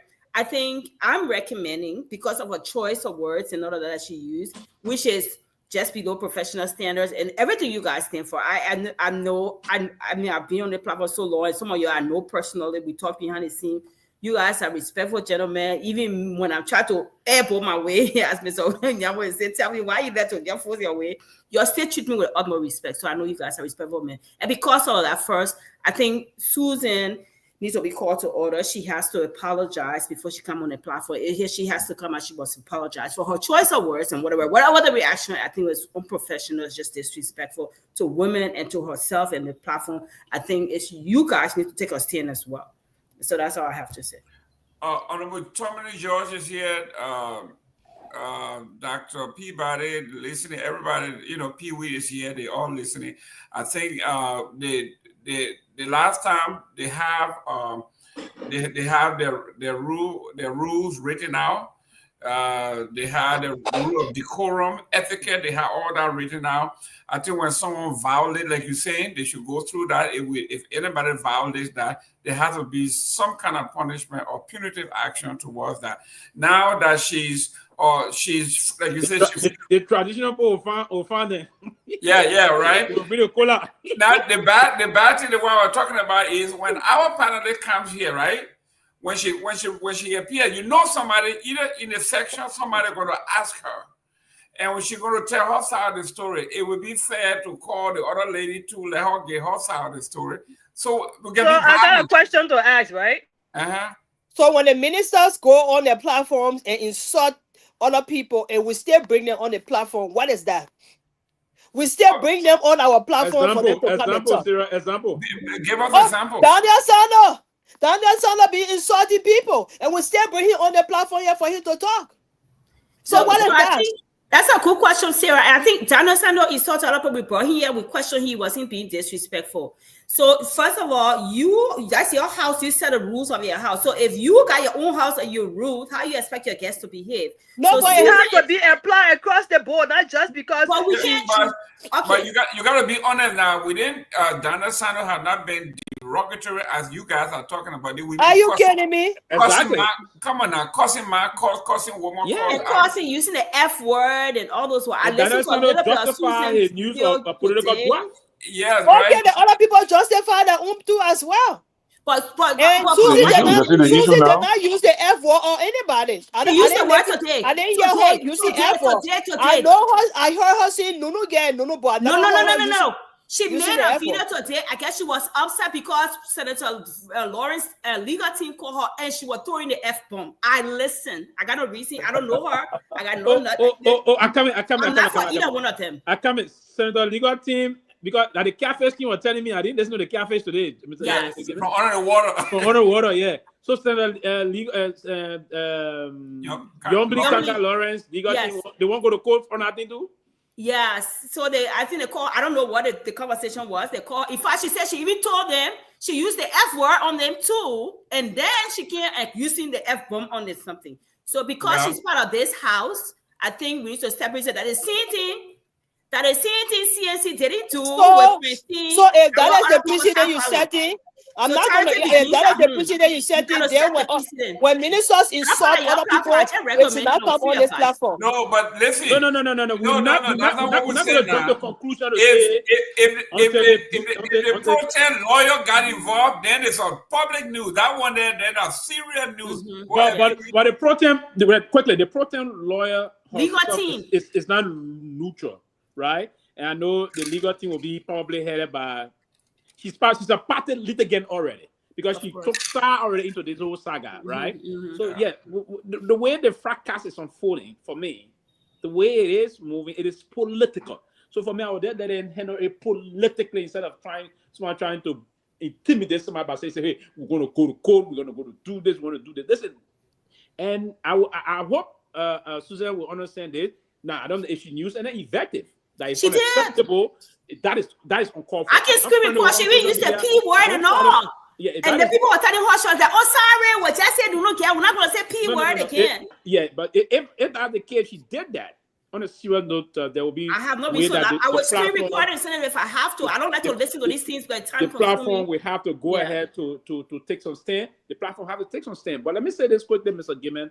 We do have the public officials issue of taking someone to court. It's at a very high bar in our country now. Sure. If you are a public official, you should be open to public scrutiny. Of course. Even this one, that one beginning this country is a high bar. And that's why the reason why when at the time the former managing director of the Freeport took Harold Costa to court, and Harold Costa raised the money. Yeah, it was easier thing for him because you are managing director in Liberia, you are open to. It's difficult to win a case like that. So I don't know what reason they're going to say they're going to kill the court, but we should refrain from using invective. We can come across sometimes politically and use some political measures, some uncomfortable words, but we should start directly insulting people. We all can be sometimes human, we can be emotional, we can have to do this, we have to do that, but we have to do the approach in a way. We are surrogates. We are foot soldiers. There are ways we do things without directly coming to insult people. I think we all have to deplore those kind of tendencies. Like you called me the last time, Mr. Gayman, we had some discussion. You say there are some things that's in the right, but what I can do is to, so now I can make Mr. Gayman to sweat behind the coat, but not to say, not to say this here, but respecting as a fast senior brother and other things. That respectability, even Mr. Nagbe, restaurant. I was thinking about, that prison, you know what coming, right? No, I can think I said I'm a Kepamon's lawyer, so I gotta respect. When you say that, they ready to punch you down low. I know this. I respect you. I know who you are. You must one good word and a bad word. And you know, I've been seeing argument. People are saying that, oh, Susan didn't use the words on the platform, but people have to see big picture. If Susan, it's like you having Prophet Key on your show as a panelist. If you have Prophet Key on your show as a panelist, I'm not going to be a part of it. And so it's the same thing. I think the point that Telvi and Sarah are making is something we need to consider on the TCA.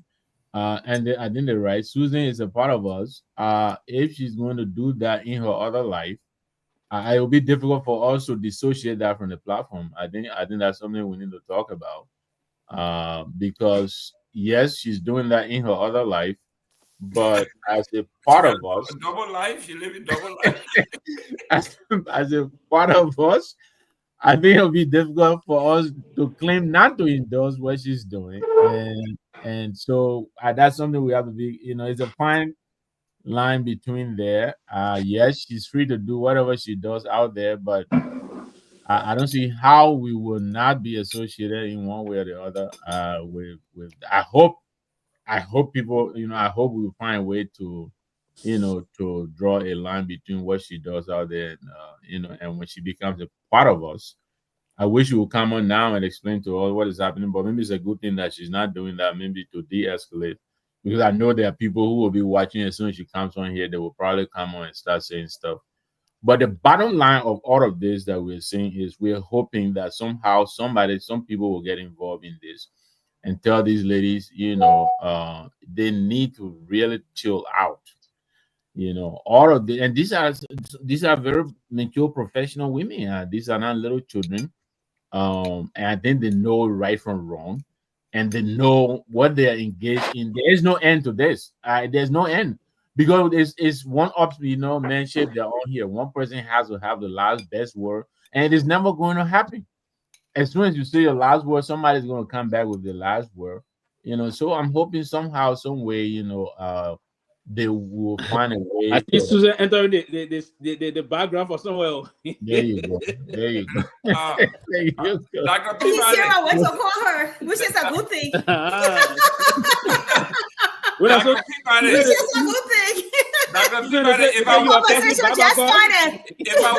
If I went down there and you saw me in the news, they said Jerome just robbed a bank. Will you allow me back in here? If I just robbed a bank, you saw me in the news. That's right.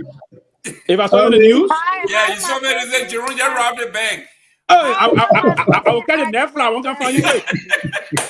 I will come find you right away, right? You're gonna find me right. Okay, Susan, welcome. So you guys are planning to take me out of this platform? No, that's not what we're saying. Welcome for you. Just can't start fighting. What kind of woman is you start fire with fire? Welcome to the show. Can't tell what you do when you're not on the platform. That's right. They say you live in double life. What the other life you live in? Let us know. I just came here to let you guys know that my being here, I don't take it for granted. I'm not a foolish woman, because whatever we do in this life, we have something to lose. I have my daughter that is also looking up to me, and I have a lot of young people also looking up to me, but sometimes people push people on the wall. And I'm not here to justify what has happened, but the thing here is, when it comes to this whole Unity Party government, they have done so much. I don't know if you guys came across the individual that I've been attacking a few times video. She went as far as discussing the president's private part. This has been a pattern. In the Unity Party government, there was a time again they wrote a book discussing about President Weah and his wife. And they took it all over sharing it. I don't see ANC folks doing this. I don't see you guys, ANC people doing it, and I don't even see the CMC folks doing it. It's just Unity Party. If they really love our country and they want to see this country together, it's about time we all come together and act respectfully. We don't have to come on social media to say things to one another, to hurt one another to that extent. But they started it. For Yombly, who is the senator, she has this individual in her office. In her office. Like whatever I do, it's not just going to impact me as Susie. It's also going to impact the platform I'm with. It's going to impact my family. But Yombly has this individual in her office. Yombly been knowing this woman for years. She sit there, allow this girl to come out, insult President Weah, and say all kinds of stuff. And she had not thing. And this is where I'm reacting from. If you have not seen the video, I was able to send it to Timothy George so he can send it to you guys. The reason why I'm not on the show is because I'm pushing my late hours. But because I heard my name, I said I gotta go out there and make things clear to the gentleman. But I just want to make this clear that I'm not a rude person. I'm not somebody who is loose. I am well trained. Social media nowadays, the Liberian politics, it has gotten so bad because Unity Party people want us to get to that extent. It's not good. This is not how we're supposed to be moving, and this is not how we're supposed to present ourselves on the internet. It's not a good image. But if they do not stop, we will go water. Yeah. So if you don't stop, the Guata project will continue. No, but me now, and I put my weapon down a little bit. So, but you know Susan, that So which are we the have got plenty of children. which are the Susan, weapon let you me use? ask- Which are the weapon you use for your arsenal today? Look, No, Pewee, you say you want let here to stop. I call the zoo in Nima. Uh-huh. I call my other park koga. I say one of your zoo men to me. Then they send me the bees. So they just send me one bee. So if I wear 3 or 8, the internet will scatter. And that other thing I wanted to ask you about, what is it that you're celebrating Senator Koga about? I mean, That's a koga out of this thing. And I'm koga topic here, please. But let me ask you the question quickly. I know you say you go going by the work. Do you regret any statement made on your podcast today or yesterday on the whole thing? I don't regret any statement, Pewee. Okay. I don't regret any statement. As somebody who, when I'm doing wrong, I know within myself I'm doing wrong. But there a lot has been said about one person, and this person is a political leader Okay. for a party. None of you guys will sit here and just allow people to continue to insult what's his name, Musa, to that level that Weah has gone through. Weah is just a normal human being like every one of us. He feels the same way like every one of us. Enough of the rubbish that is going on. Once they stop, we stop. And this is what Yombly team, when their legal team reached out, they said, Susie, how can we resolve this? I said, the only way we will resolve this is the individual that behind Yombly to stop insulting this man's wife. Once she stop, we stop. Nobody on the internet yet trying to attack anybody just because the person want to show that they're frisky or they're rude. We just want to put stop to so many things, because if we do not do that right now, Sylvester, another person will get up and think it's okay. First of all, we can't even control Prophet Key. Prophet Key is one of them. So we're not sitting down here because Prophet Key is doing it. We're not sitting down here. He has passed mass. Then we can't get another person again that will come and pass mass. No, we will control every one of them. Prophet Keeper will not ever him because he's on a level power understanding. But anyone So, that coming behind, Susan, we will let put me, stop so, to it. so let me ask, You So let too. me ask you Okay, this. Mr. Victor. Let me ask you this, and please, this is in no way justify anything. But does the former president have any part to play in this thing at all? I mean, seeing that he was already married, and he and this lady were still friends. Oh. What thing? Susan, wait 1 minute. What? What Victor say? Yeah. I am. Oh, I No, read I will your. respond to this one. I'm working his I mind. read I'll your. respond to the one. What? Hold on. No, Victor, Why what Pastor did Mr. Nyenwolo Nagbe? say? Don't No, beat you around want the to open your bush. federal box? I will sack No, you. leave Victor. When I But the read thing your. is, we're talking about, we're trying to talk to Susan to put Yeah. down or finish stuff. Then you bring this kind of thing out. Mr. Nagbe, you have to be political So always. I don't want to step inside. All right, then. Victor, let 1 minute be ready. Victor, let My him question G's. is, Victor Susan, said I like know you're G's. Let me defending. take it from gossip to something substantive. I know you're defending This the man former won't start president. off, he pushing off fire. I ain't Jim and Barry here. You already say a little stuff, people. I understand you're defending the former president, and I agree. I think the former president is in a certain status. There's a certain degree of deference we have to show the first family, former first family. I get that. But I'm also asking you, does he have any responsibility to play in this No, scene he that does he's not. No, zero. The former president does not have nothing to nothing. I will answer you that question if He doesn't. if you've been into the politics for way too long. That question, I don't know how many children Doe has. And if you ask that question, sedition will start going to do a little digging behind you to see if you're not cheating on your wife or you never cheated But I'm on scared your nothing. wife. They can go. They already been digging. I'm scared nothing. Is it oh? Then I go ahead. Is it oh? Victor, the Hey, woman, that. made Hey, it is clear. it She oh? Hey, is it oh? she made it clear. She said the relationship was over 30 years ago. You know, given my kepamons brother say oh. Yeah, he said you won't start trouble. He But was the girl, starting when I listened to the girl, she I would said the take relationship over over and that 30 the people years that ago. eat the pastor and said.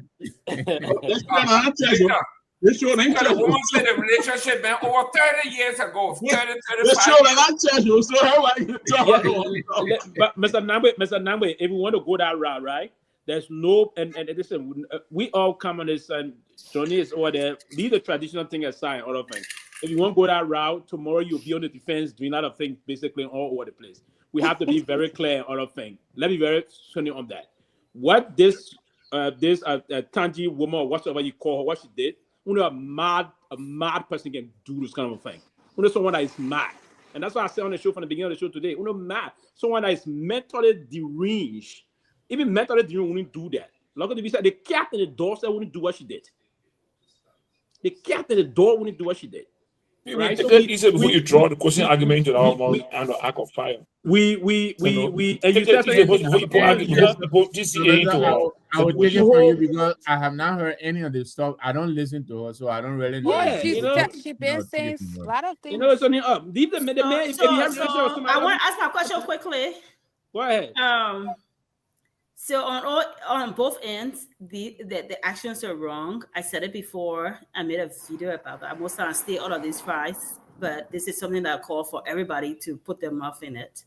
And Susan, I'm glad you're on here. I'm glad that you also mentioned that you were well raised and you have children, a daughter that watch you and all of that. And, because of whatever the reason, I'm not going to regurgitate what you said. My question to you, in as much as you're defending the First Lady or George Weah or your party, whatever it is, don't you say, people ask you if you had any regrets for what you said.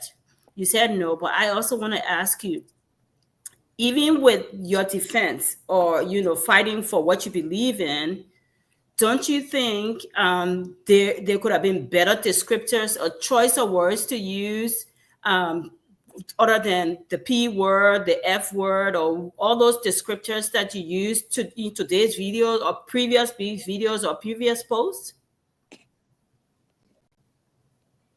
She left. She go back to work. Oh, well, okay. She'll hear it. No, okay. That was my question. Well, yeah, it's it though. I'm glad that the PR or the legal team reached out to Susan to resolve this, because I don't care how we take it. If you go in our country, my political leader or somebody, I'll find a way to go back to at you.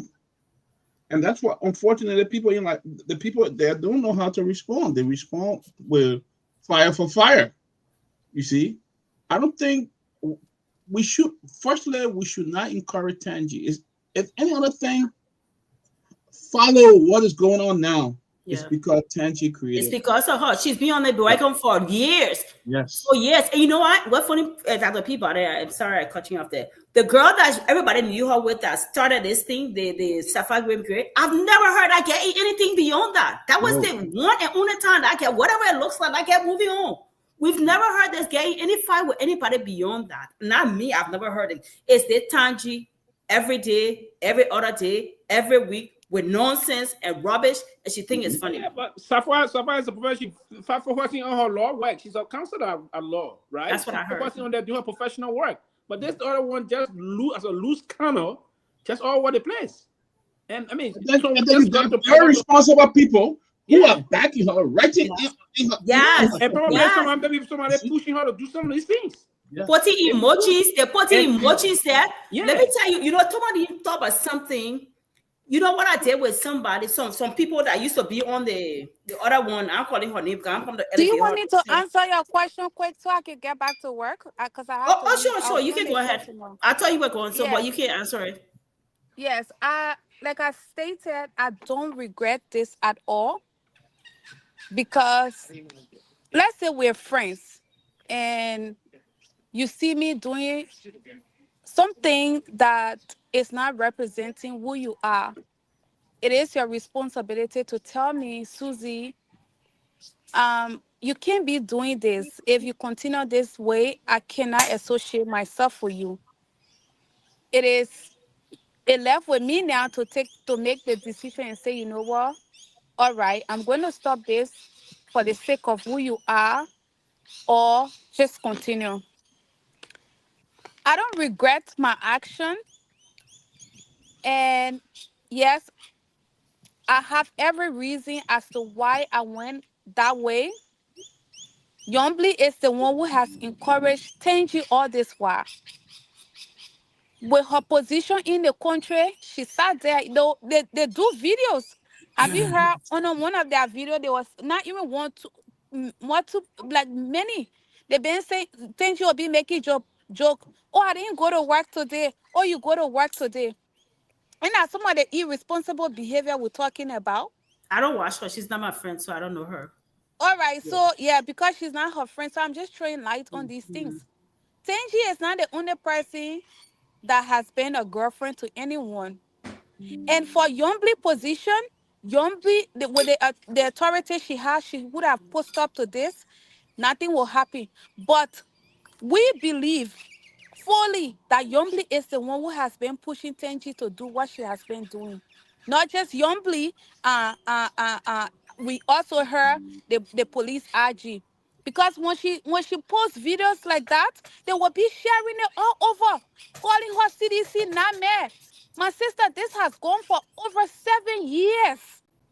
7 years, and we all been quiet. Everybody on this platform, if you've been following this woman, you will know exactly what I'm saying. So imagine 7 years we've been quiet, and I decided to take my action. I don't regret it. I do not regret it. Fair enough. But fair enough. I will say this because you're a mother. I'm a mother. My kids, I don't know how, because your kids, but my kids are much older, 27, 29. Even they're now on Facebook, TikTok, and whatever it is. But our children follow us. I know one daughter for sure of mine. She follows me. She's not on Facebook, but she follows my activity on TikTok and Instagram, which, although I just put pictures of me. But she follows us and she listens to my conversations when I'm doing advocacy and stuff like that. So sometimes when we're doing these things, we got to think about our children. You got to sit there and say, if my daughter was listening to me and I use that word on a platform, would she be proud of me as a mother? That's all I want to say to you, Susan. Yeah, I understand that. But I also tell my daughter, stand up to bullies. It does not matter how you attack bullies or how you go about it. Bullies are bullies. Tangi is a bully. You don't attack bully any time. If you see somebody beating up a child all right, what would be your instinct? You will rush there to stop the fight, right? And well, you now see people even beating bullies also in schools. When I was going to school in high school, when you're a bully and you try to bully another child, everybody will come for you. All right, you don't call people fat in school and you just get away with it. So I know that President Weah and his wife were being bullied, and I came out to stand up against the bullies. So I have no regret. I know how my daughter, she just 9, and I will tell her exactly what happened, and I'm pretty sure she's going to understand. But I do appreciate your advice. Fair enough. Thank you. Thank you. That's fair enough. Fair enough. Guys, I know. And I agree with that last one. When you those that get engaged in the kind of nonsensical bullying thing, when you want to go for them with the bazooka. Go for them real good. So I trust my girl on that one. Pewee, just like you speak Baby, when you say you know you are not doing it for your children. Come again? No. Myself will tell my daughter to not take nonsense. I know. But you're not telling your daughter, you said it worse. I know when I'm going to war. I don't think to accept bullying. I don't think I'm asking her to tell her daughter to do so. When I'm going to war, I know I want Susan in my corner. I want Sarah in my corner. I got 3 women when I'm going to war. I'm ready to go. I got 3 of you. I'm going. Nobody. You're going to war. You want Susan. I'm going for war. I'm going to kill. We all do that. We're going to kill. Go for the juggler. Choice of word. My problem with Susan. Before you go to war to kill, you gotta check your arsenal. But the choice of words. These things are traces. Check your arsenal for whether your arsenal has capacity for the war you're going to do. If we're talking about Prophet Key, then we're gonna talk about Susan. Jeff, you second, Debbie. You listened the last time to the free war leader. Knew that CF war on national cable TV, right? That doesn't make it right. It doesn't make it right, but sometimes those things come across. Yeah, and we regret it. And we regret it. Now, real quick, it was honorable on the part of the protest office, the legal office, to call you and say, "How can we resolve this?" What was your response to them? She said she gave the F bomb. They should. I said, because they said when they said, "Oh, we suing you," I said, "F all of you." What they said they want to sue you? Them, yeah, they said they're sending their legal team, but when they asked me on the phone, how can we resolve this? I told them they should just control her. Control Tenji. Tell her to stop insulting Weah, and we will stop. Just simple. This is not, nobody complicating things here. We just want her to stop. Once she stop, we stop. That's it. Call off the dog. So the Hamas and Israel. Yeah, so who the Hamas? I don't know. I guess it's the Hamas and Israel. Tanji is the Hamas. But listen. I agree. I know. Can you imagine? I agree. You give them at least an option. Listen, all you gotta do is control this woman to stop using these words, start attacking this man. I think that's a fair request. Yes, it's very simple. Because I don't see you saying in Charlene Brunskin today, instead of her calling Tanji to, hey, let me talk to Tanji to get this thing. You go all day talking about women is this and this kind of stuff, nonsense. Tanji started this. Our Basa sister, she's trying to support now. No, but you don't do that. I'm saying is, what have the first lady done to Tanji? Why are you insulting this lady? What have she done to you? It just don't even talk. Why don't even blame the law, by the way? She does not.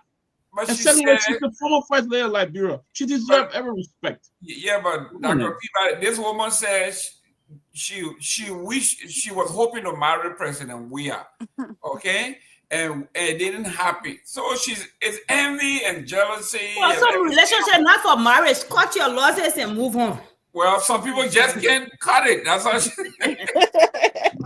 It be all the time. You still want to be talking about this thing? Yes, later. Like, come whatever on, they got this 35 years ago, it was so damn good that it's worth fighting for. It worth dying for, I guess. And some of them, Mr. Gayman, some of them will move. They say, okay, oh, when it comes to attacking Mr. We are insulting the former president. Nobody will talk about court. As soon as you hear someone, then they won't go to court. Listen, the court thing about public official, the only thing I can tell them about it, when you're attacking private person, if you private with private is different. But with God or the court of corner, the public official is harder. You can tell them, and they are public officials. Yeah. Anybody you think that you want to go to court and then go to court. It's scary. The bar is this, like this. But listen, beyond that, public officials are there for us to scrutinize. Man, people start instigating, man. Let me ask one question. I'm a Libyan. That's the law of our country. Let me ask one question. I want to ask you, Peabody, and the rest of the team. Tom, will you attack Ellie? Ellie say, I'm going to sue you? Yes. The lawyer came to us and say, you don't want to go there. You don't want to go there. I'm not instigating. I'm just saying the fact. Maybe she may not know they will intimidate her. No one should intimidate you, my dear sister. Nobody. The bar is like this. I mean, all are you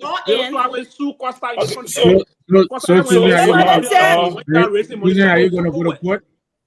Somebody said during guerrilla warfare, there is no specific weapon. You can use any weapon. Yeah. There you go. So here's the point now, right? They told Ellie Johnson, says, Ellie, you sue Tom, you know what Tom, what you going to do? Tom, what you going to put you on the stand? I said, and when like you put, what her name, Nyomli Kanga want to sue you, you put her on the stand and you start questioning her about her employee and all. They don't want that. So she just and then why when you do that, why you just go back to that? So then all the videos they've been posted to them, they put a big they'll be taking those videos. Right? So you see, we got all the videos. Yeah, I know. We got all the videos. I'm not going to go back, get the videos. The thing they can be doing that Myean really can be doing that. You exhibit those things. Listen, if you want to, if you Mr. Gayman, Mr. Gayman, can I stop briefly? Can I say something? Yeah, Johnny, go ahead. So, Mr. Gayman, from the beginning of this conversation, my understanding was that I think it was the whole argument between our sister on the show now, Susan. Is that what it is, Susan, right? Yeah. Susan and the other lady, we condemn it. We condemn it because we thought that it wasn't good for society. They are responsive to each other. Now, Susan is here and she's making her position. She still confirms that she doesn't regret what she said, and she has given her justification for that. So, what is the way forward of the closing argument with regard to this conversation? They were talking in the chambers. We were talking behind closed door. They were talking in the chambers. That's why they got leadership. The leadership with his side. Because Mr. Susan says she doesn't regret her action, doesn't mean the action is wrong or right. The closing argument has nothing to do. The closing argument got nothing to do with what Ms. Bange. So are we supporting Susan and against the other girl? Nobody's supporting her, but that's her right. Maybe that you suggesting that we need to support anybody. We didn't say anything about support. That's her right, or she has a right to exercise her right. Okay. She didn't use the closing argument to attack. You say she didn't use a personal page to attack. Exactly so. It got nothing to do with that. Nobody. Nothing to do with that. So that means we have no interest in condemning her statement initially when we were discussing today. How did it start? What's the Condemn what? So that means initially all the condemnation that came earlier before she came on was not called for. It was, and it still remains. On both sides, they were wrong. Whatever they did, the choice of words, she started it. Wow, about Susan's reaction because of her political leader or whatever, it was wrong. Her choice of what she still could have addressed. Then we should continue to say that it was wrong. We should not be giving her the impetus to do I'm not saying she was wrong for reacting. My problem with Susan was her choice, her words. Mm-hmm. And I'm saying it for her. I'm not saying it gossip, but this is the only place I would tell her. I didn't listen to Susan. It is for her to decide. I'm not saying for her to regret it because she doesn't have to regret it. But if people want to look at it objectively, the choice of words. Yeah, objectively. I don't know Susan's choice of words. But as a front line, as professional people, as responsible people, as civilized people, that we must communicate even when we are at war, or we call it war, or whatever. We're not fighting war here.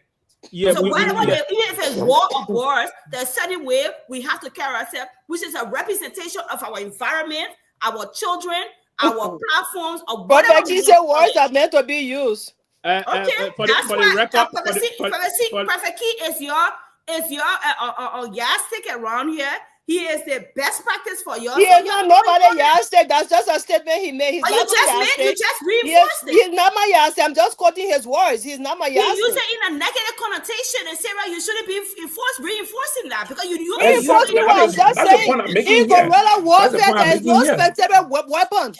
In guerrilla warfare, there is no specific weapon. Our country has gone so bad, and the social order is a problem now. The whole country has gone down so low in our social arrangement and social order. Everywhere in the street now is abusive war. Even Iran motorcycle, Iran Texas, somebody just made a little bit of mistake in the process. The next thing is some kind of dangerous work on somebody's mouth. The country is so bad off that social order is gone so low that no social order, nobody in charge of social order here.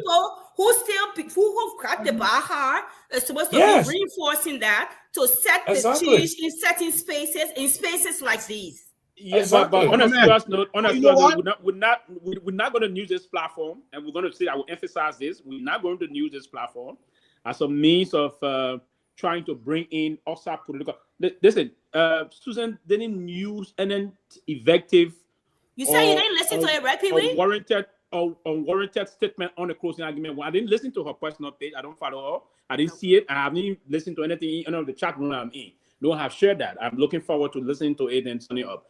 But however, the platform is such that we give, it's a bastion of information. We send out informations and do analysis of political events, human interest stories, social interest and development, all of it. And that's why we pull out this social political story to have it discussed. But let me say this to you, sometime in politics, it happened all the way across the world. And part of the reason of this, it's intensifying in recent history, is that if you have one group of people just tend to say they can attack, they understand the means. No one should think they can monopolize and attack on one group of people. It is not a kind of a monopolistic thing anybody want to do. Now, with the thing Tanji be doing, it should be doing it for a protracted period of time. Yes, of course. A protracted period of time on an innocent woman that of a very high we all can agree to that. On a former president of the country for some reason. Yes. And let me say this to you. I'm one person, the school of thought I'm from, we do respect, but we do also take the route that will be the nuclear option. But let me say this. If you will come in the time, I said when I listened to one of the clips in one of the chat room I'm in, I said, why do you think I'm using the kind of word the description I'm giving on her? Right, so now you push people to do things they don't want to do while attacking. Listen to what she's giving stupid, she's using the good book to justify her nonsense things she was saying. She want to use the Bible to justify that. So listen, this young lady didn't use the platform, the TCA, to do that. The TCA is not going to pour her hand in the cookie jar to say we want to dent our character, to say we're going to reprimand her for reason we think it's not justified from our end. But what I thought she did was, and I said it, I predicted that this statement from this woman going to trigger a lot of attack on her person. Right? If you think you're insane or you're going to do things, go try. What she did was uncalled for. It was unacceptable. I would have done the same other people would do, but I selected to do it the way I'm going to do it. By calling, I said that stupidity. She's deranged. Big time. She's deranged. Big time. Do that. And then you have other major political actors in the country that should be pushing reconciliation. That way, enabling her. Those very major political actors are enabling her to do it. Enablers. Yes. We don't do those things in the country. Then you want, when other people do it, then your lawyer want, but Charlie Brosky. I mean, Javi, I understand your point, but at this point, it's too much. It's too much. You have to stop. Charlie I agree. It has to stop. I mean, to tell you the truth, I usually stay on this, but I had to make a video about this. It has to stop on both ends. You do that? Yes, I can agree. Everybody said they encourage her because this girl be on this rent for many years. Like I said, the first time I got to know her was she and the other girl on Safa made great. And it's just been one thing after the other. Yeah. She did it, and Safa made great. What Safa didn't do is that Safa and other things, Safa is a professional person. She's a lawyer, right? So Safa downplay her nonsense she was on.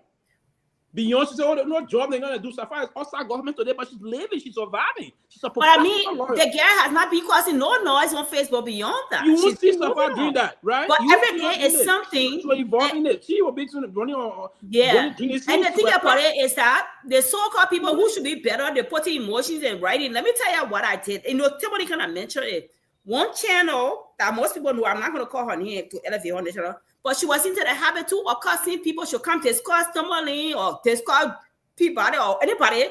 And the same people will be putting emotion kind of comment and those kind of things. When I went on some of those platforms, and if they were friends with me and I saw them writing comments and putting emojis, I deleted them from my friendship. Those kind of people would get on her platform and cuss Claudia and bully Claudia and Glennie Julius will put her picture on and all of them will be clapping for her. That's what they do. Let me ask one question, right? How does Facebook treat people who do these things? Is there a way that Facebook can stop people from doing these kind of things? If somebody report it, they don't there's care. a way you can do it. If you report it, right? If you report it, but they can listen to it. First of all, don't understand our English that now they hire you so like rent to even understand what would it be costing people. If Mopo go ahead and report it, Johnny, and say, "Oh, Johnny is saying something on his page." Now, yeah, but if they see, then they will see a lot of posts too. They can get you up. But yeah. It says sometimes we need to have a culture, and this thing, this is going to be for tacting, and that's why. And trust me, she wouldn't dare go ahead and do it again. They were almost there talking. She's still posting. They were describing her now. It's a little moderate she now, comes though. at you. It is moderate, but she's still posting. I think I will encourage the citizen to go after her continuously. Oh yeah. But if she continues, it's not fair. It's not fair because I would think after all of this, as Senator Johnny, you know me, right? And the let me ask you, what if she come after you tomorrow after saying everything about her? Who? Fire with fire with. I said, what if she comes after you tomorrow after you've given her all this condemnation? No, I can't hear from people. I'm not in trouble. The good thing about it. I'm slow. I'm just slow. I'm not in trouble. I'm slow. The good thing about it, Johnny, my closet is clean. I got my closet is clean. So now the brother doesn't have anything in the closet. But I got very serious weapon arsenal. If she dare try it, oh, she will feel bad. She will feel very bad. I know, Pewee. I know your arsenal. That will be bad. To stop that with back herself. Because can you please flag patient Seaman what she said? She got family. She got family. She will embarrass her family. That's what patient Seaman said. The way you leave your side you cannot have a Christian man that run into your clothes when you're taking bath. Johnny, you leave your side check is the way. Yeah. The way you leave your side check, that way your life will go. So don't get man. That side check go out somewhere. Fire will go. Just live on the side check business, you'll be fine. No, but man. Look, and you know, you got it. I was doing our closing. I was still going. I know. Yeah, let's do the closing, guys. I just want to observe that. Thank you very much. You've been here for 3 hours. Do your closing. It took Sylvester a long time to say closet clean. Look, he went to clean a closet for you. You see, guys, you went around, you clean it, everything looked nice. Good. But it's clean. It's clean. It's absolutely clean. Brother, Go ahead, so see, now I'm ready for anything. You say this now. He will not be thinking on things that say you want. See, he they say close though, but that's another closet you want to go to again. Oh, you don't want to closet. You say a closet clean. I'm just you are saying. Kepamas, man, and I respect the Kepamas boy a lot. I wasn't like getting my team, and you see, but you don't want me to be taking that Kepamas team relationship. You stop laughing again, but go ahead, close. All right, I should close. But listen, he can go. Okay, yeah, thank you all very much. Hopefully, Senator Dillon will be with us on Wednesday. I know a lot of people came in to listen to him. So I want to encourage you guys, keep following us. Come back on tomorrow and come back on Wednesday as well. Great show. The matter we're talking about, it's a social matter, but it also has, some very serious implications. First of all, women causing each other is never good at any time for any reason. So I hope, I was just now, as we were talking about watching Council Bromskin, she's making a passionate appeal, but this has become so politicized to the point where even with what she's saying, other people are interpreting it through the political lens. I just hope somehow, some way we'll find a way, to calm things down and have these ladies disengage. This is not good for our national body politic because it involves, high-profile government people, former president, first family, president pro tem of the Senate, a deputy minister, at the Ministry of Internal Affairs in another, also with a very, respected lawyer, of another, a major political party, so it has, all of these things have far-reaching implications, so I hope, we'll all find, a way to apply the brakes. I'm glad Susan came on here, and made some clarifications. I hope, with help to kind of bring some clarity too, and hopefully she's going to, internalize some of this and see if she herself can, find a way to de-escalate. Because I don't know how this ends, because somebody will always want to have the last word. So, I know I've said enough. But thank you all very much. I'm not going to go back to the previous issue we started the show with because I know I've said enough, but hopefully we'll be back again tomorrow. What is the previous issue? That you went to clean your closet and then you came back.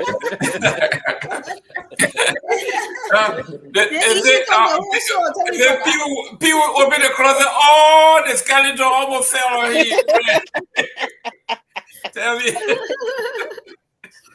No, I think it was a good show. Good or bad, but I'm glad Senator Dillon didn't come on, even though we anticipated that he'd be here. But I think it gives opportunity for us to discuss this because this is trending, not only trending, but it's a serious issue. We can't have our women misbehaving on social media. That was not why they created social media, so I still stand by it. Both sides were wrong. Senator Dillon, Yomli, and whoever else, all the friends that friended with the TNG on the other side, including Glendy. Glendy is not my friend. Let me put it out there. I do have personal issues with how she advocates, but that's her business because she's a woman. She can do whatever she wants. But all of them, they need to, including my friend, Mona, they all need to talk to her. And on the other side too, people that friends, Sarah, I don't see you misbehaving on social media, even though I don't follow you as much. But all of you need to talk to what her name, Susan, that's our little sister, that she can still express how I'm a good girl. So she can still express how she see, but are using those choice of words that our children will not be proud of her, or close people, whatever it is. Because, like I said in my podcast, when you come for somebody, they're gonna hit you where it pinches, and if they can't get you, they think you're not gonna go for the cold spoon, the pen, all your relatives, everything. That is a natural human tendency. But at the end of all of it, it's just not a good thing. So hopefully both sides they will stop. Because if they encourage that, like they've encouraged with this Tenji, oh Tenji, you funny, you stupid. Somebody else will pick it up again. And it'll just be a circle. So we I'll call level-headed people, because we're not doing that on Facebook. Then we should be the peacemakers and raising the bar and reminding them. The other crazy ones, the little huge rats, I'm not wasting my time with them. They won't see they got to say for content that their business, but things like this, especially when you involve third, fourth, fifth parties, then we need to come in and calm the waters and stuff like that. So hopefully they're listening to all the different platforms, including here and what we're saying, and they can just cease fire at the end. Just cease fire. It's just not good. Tenji, I don't know who you are. I will still be on your name because you started this. You're not the first woman to love a married man. You will not be the last. Cut your losses. Move on. What losses you got? Now we might get no losses. No, why it is? Maybe emotion. I would love to pour emotions, expectations, and stuff like that. Move on. Men walking, men dropping. Move on. Life goes on. Not because airplane drop. The time when manga, men moving, men dropping. Men moving, men dropping. Move on. I'm just joking. Yeah. I'll see you tomorrow or whatever time. Jerome, just quickly. Let me hear me. You think again, me short Let me hear no man. Go ahead. Yeah, I'm getting update here from Repost 231. It says Liberia National Police has arrested 6 people who were involved in the killing of the suspected motorbike criminal. They're still using the video to identify, more suspects. That's a great news. Thank Yeah, we God. started Thank talking God. about this. Let me clap for them. They should, I think that- we can one capital murder. Yeah, I think that's good. That's good. Yes, and the Because the other guy, when I'm up in the front, I start on the motorbike. I went and the kids, the other man. Yeah. The Democrats in Poland, over 500 of them, they wrong. Look, they Republican. This guy. They So walking, what Trump did in Gaza protesting butt naked. is a What's wrong with your ceasefire. Democrats? What you're doing in Gaza is a ceasefire. That's not a peace plan because the Israelis are still in Gaza. What's You know wrong? that, right? Why are you walking around butt naked in Oregon? What's wrong with your Democrats? People walking around butt naked, hundreds say they protested. Well, it was a great show. It is a great show. We are all Liberians. Liberia belongs to all of us. No one person is entitled to Liberia more than the other person. We are all born and we have that common matrimony or whatever you call it. So at this point, I believe that we all should come together. This government, the rescue mission, should be able to unite all of us, which of course they are not doing, and that's up to them. But at the end of the day, this does not look good for our country. Women coming together. But not only that, so he's telling her to stop using that word. I don't know what between she and this Joma Jala person. He said, that Joma Jala is another bully. I will come for him. He got a crush on you. He know how to say it. You know he's a bully. I will come for him. But let you RPG too? He's a rescue miscreant and tabula rasa. I don't have time for that. That's right. That's right. Listen, Joe Machala, the woman is married. Don't come fooling around here. So what I was saying is that this right here that we've discussed does not look good for our country. The pro-tem should have been, try to nip it to the bud from the beginning, because this lady is the chief of staff of her office. This lady works in her office directly. Tanji, since Joma Jala say I scared to call her name. Tanji works in the pro-tem's office. So if the pro-tem knows that this lady is, if she knows that this lady is doing this kind of thing and bullying the president, his wife, and other people, she should have put her in check. And now look at how it has gone. People will come for you. If they can't get you, they will go behind the other people behind you. Now she's threatening to go to court, which should not have gone this far. If she had just nipped in the butt and set this woman down and tell her, "Ma, the mayor is not the only person who been down there. Leave this thing alone. Fine, cut your losses, whatever losses you think you have, and move on." President, we have not said. Don't be talking like that, sir. Juma Jara, case in coincidence, Susan is the new TCA prophet. According to information, according to sources, this lady was married to AB Kromah before. Why she can go on AB? Why she can mention AB Kromah name? Why she can bully? All these guys are all brokers. She's cashing on President Weah's name. Who are married to AB Kromah for? That's what I heard. That's what I heard. Tanji was not married to AB Kromah. That's what I heard. That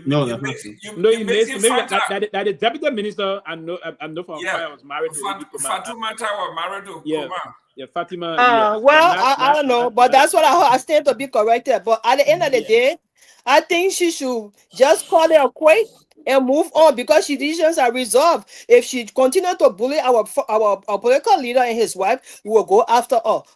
We will go after her, and we'll go after everything that behind her. And that's on a full stop. Thank you guys for the show. It was great. I enjoy it. Yeah. President Joseph Waga said, "Don't start running onto the thing that chasing you. Stop." So you know what she's doing. You don't stop. Johnny, you told me you were running out of data. You were going to go. You made an hour. Go ahead, close. Yeah, I had a repurchase online and came back. I got on. So, but quickly, let me say, we had like 3 key issues today. We started with the motorbike crime scene, and we discussed Hotel Africa, and now we enter here on the social disorder fueled by these 2 ladies, insult.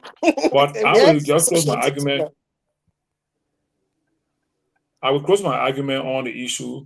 Like I heard now from our colleague, Mr. Nagbe, that the police have started doing some arrests. I suspected that already because when I reviewed the video camera, there are a lot of crime suspects, and those suspects were available.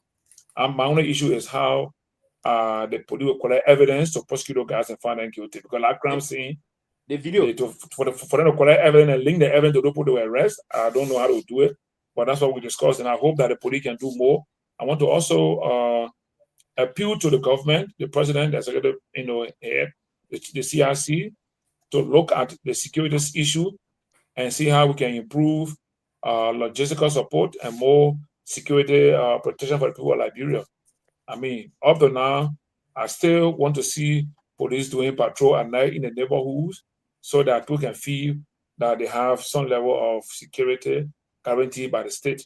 And I think this will help the state to rebuild the trust and confidence between the people and the state security agencies. And then I'm hoping that the Whole Africa issue will be resolved in a way that we will not experience future social problems from the way the state is about to, evict people from our community. I still stand my opinion today that I hope that state can handle this matter and handle social housing program for our people. Liberians, they are directly under the supervision of the state. The state has more obligation, the state the duty bearer, and so they have to find a way to address the issues. In as much as people, came here through armed conflict and other issues, I think the state need to review the process. If that Whole Africa will be given to any investor, they should include during the investment arrangement some level of compensation for our people to be removed or relocated from that location. Because I made reference to the Peace Island behind the Mishra complex. I can foresee that in the future we have some issue. In 2005, when people were living from Mishra complex, living from Grace Mountain property of Congotan, and converging on that Peace Island, I raised it with many people that I knew. I said this will be an issue because this island is not a place for people to go and move. That place is a place for investment, place for better, for better construction. Now the Peace Island, now you go there, it's like a strong community. And I know in the future, a government will come and want to send investor there, will have the same challenge of removing them and finding place for them to live.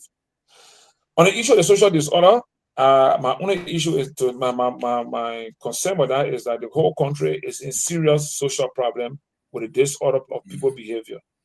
In the streets, you get on the street, from Pinsville to Santa Morovia, you experience none less than 3 persons insulting you because just by doing something simple or some mistake or even trying to help them to do something. And that tells me that the country is full of anger. The anger is too much in the country to the extent that if I tell you, I'm going to take it easy for you further, the next thing is insult my mother or insult my father. So it's a serious issue. And these are things also that must be put into place by the system, by the governance system. We have to reinstate social order in the country. Other than that, I'm afraid in the next maybe 10 or more years, we might fall into a situation of being like Haiti, where everybody on their own and the government will not have anything to do with how to govern the country. But Mr. Gayman, thank you for a nice moderation of this today's discussion. I appreciate it highly. I will try my best to always be around to provide my insight. Thank you. Johnny, I'm still waiting to get feedback from you with regard to the rape case. Yeah, I asked that we get through Kehleboe because Kehleboe had direct contact with his brother. To get to the Gongloe is not too easy. I went to his office. They said he was out, and trying to call him is difficult. So if we can get to Kehleboe, I think Kehleboe can directly get to him easier for us. Okay. Pewee. Yeah. Thank you. Listen, sometimes as a platform that is meant to discuss social political issues, social political and economic issue, and sometimes intersplash. We've never done it. I think we're going to be more into do some of those things. Sometimes intersplash those discussions with entertainment and that of a religious discussion also. It's important that the platform will cut across those kind of discussions. And we move the country forward. Liberia is moving in a direction that we can disagree to agree, but we have to do it respectfully. It's not this quest for power, and we should not set a course in the name of trying to get at certain people because we're not empowered now, and our political adversaries trying to deploy certain agents or agent provocateurs to move and attack certain personalities. Our country is such that we will hold in very high esteem our past political leaders. Pewee, I'm not interrupting you. That's what Joma Jala is confirming here, that's the strategy. Just what you just said. Yeah, and this is wrong because you may not understand it very well. The Seditian, even other political group may understand this kind of a politics more than you think you can do. And I can say this for the record, Mr. Weah, when he was president of Liberia, he was one of the president attacked any leader in the country on the social media. You know, when with the social media came to think everybody in the country would have some kind of a gadget that would have to push the person on the social media. So as a leader, you do have a responsibility also to cut off the dogs if they're going on their attack spree, right? So you don't unleash the dog and then you expect them to not back. If they are backing, leash them. You have to leash them. So those that got those attack dogs, leash your dogs, right? And stop attacking high-profile personality in the country in the need of things you want to bring to get some sympathy. No one going to give anybody sympathy here. The point is that we have to agree and respectfully disagree. And I will agree sometimes on the show. Listen, I don't have to like all the things Mr. Nagbe will say sometimes. I respect more all the things he says, right? But sometimes I will disagree in a more respectful way. But sometimes some of those ways that I do disagree can be politically, powerful in terms of. But I don't have to go on attack his person directly or so, or even or any of those that got contrary view of my political persuasion, if you will. So that process, we have to be open-minded, and people that are associated with these people, particularly, the Bible says we should respect our leaders. It's clear. If you in leadership yourself should not be associated with anybody that's attacking past leaders. It's not good. Because whenever someone is coming after them, we all condemn. For me, I can never sit on this area and see anybody attacking any of our political leader unnecessarily.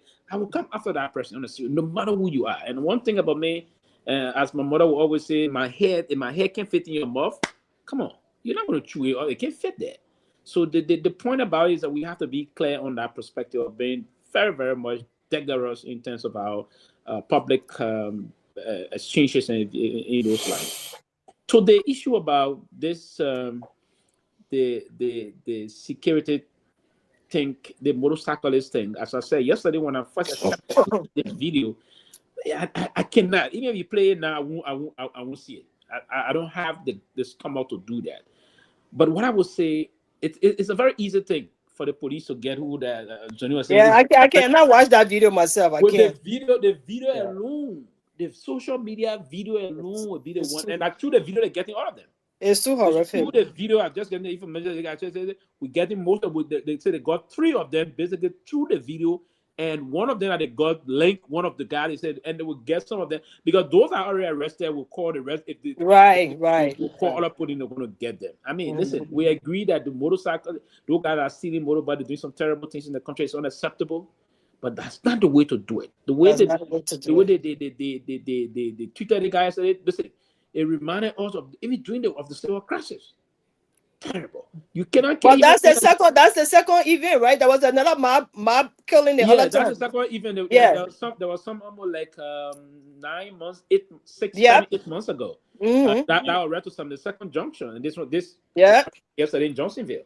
So I think, but to end this, I will call on the police chief, or first the commander in chief of the armed forces of the country, the chief of security of the republic, the president of the republic, and the legislature in whole, to begin the process of sitting and reflecting that we need to give the security apparatus some money, particularly the National Police. We need more logistics for the police. If you are to give the police more logistics, where you see police vehicle all over the place, trust me, if a police vehicle around there just get a hint and they drove there, they would have prevented that very, very unfortunate situation yesterday. So I will very quickly, I will say that these guys should be arranged, if on court, charged appropriately, and sent to court and dealt with seriously. So to the point of those things, a lot of things we discussed today, but to keep the night moving, I just want to say thank you, Mr. Gayman, but it's just quite unfortunate that we can see the country move to where the country is. Sylvester, quickly, listen, the last point you made, I totally agree with you. More money is needed, but our guys also have to be creative. We need to learn to do more with less. Yes. I think there's creativity here that is, I don't want to say lacking, but that could help. They need to be a little bit more creative. Mm-hmm. Yeah, and I agree. They have to divide. Now, in police science, there's more methodology can be deployed. And that's in the science. That's why I expect Gregory Coleman, who of course was in the Liberian National Police as a young man, very young when he went to the Liberian National Police. I do have a big brother figure, a big brother, a cousin that served the Liberian National Police for a very long time. From the Taylor days, he been in the police. The guy named, and he one of those, he policing methodology. We call his James Warback, right? But he gonna more J. So that's the name that is popular with around in the area. But he the practical way he deployed sometimes when we were in the Painesville area, the way he got criminal, it just sense of understanding the way the criminal behave and the way things happen. So sometimes there's some creativity. I agree, Mr. Nagbe. The police will have to, and that is in police science too. There's a way you do it. Why you think in some cities you got 8 million people, less than 30,000 police officers? It's creativity and police methodology deploy to give security to people. I mean that's just the point. Thank you. Excellent. Honorable Dr. Peabody, I know you're drinking your water there, but I know you're ready to go home. I will keep you guys long. It was a great show tonight. Very, very great show tonight. I just want to say one thing, man. Politics is something different. If you attack somebody, they'll go after you. What we're seeing out there, I think some of the people who are coming out now calling for peace, calling for calm, this lady been doing this for years. Why didn't you come up and say it? I think the insult on the first lady was totally unacceptable. It's wrong. This lady bothers nobody.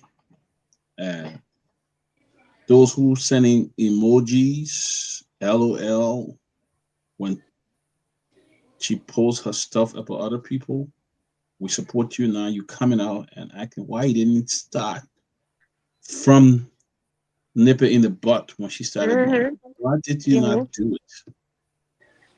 This deception of when someone does something to people that we very close to, then we come up to back and then we call for all of that. I think a leader should be the one who take control and don't take side. And we're seeing a lot of deception, even with Charlene Bronsky and all of that. It is totally wrong to insult the first lady. It's also wrong to insult the president pro tem. It's wrong, unacceptable. Go after Tangi. She's the one doing it. Don't go after the president pro tem. Or at least somebody should stand up to tell her what she's doing. It's irresponsible, useless, reckless behavior. And somebody should stand out to that. So when others come after attacking him, she failed to understand that this man is very powerful. George Weah is a very powerful man. He's the former president of Liberia. He got 2 million people following him. He may not be in the forefront. Somebody else will do his dirty work. Both local and international people follow him. Of course. So she's wrong. She's wrong. And why I don't support others insulting the president pro tem?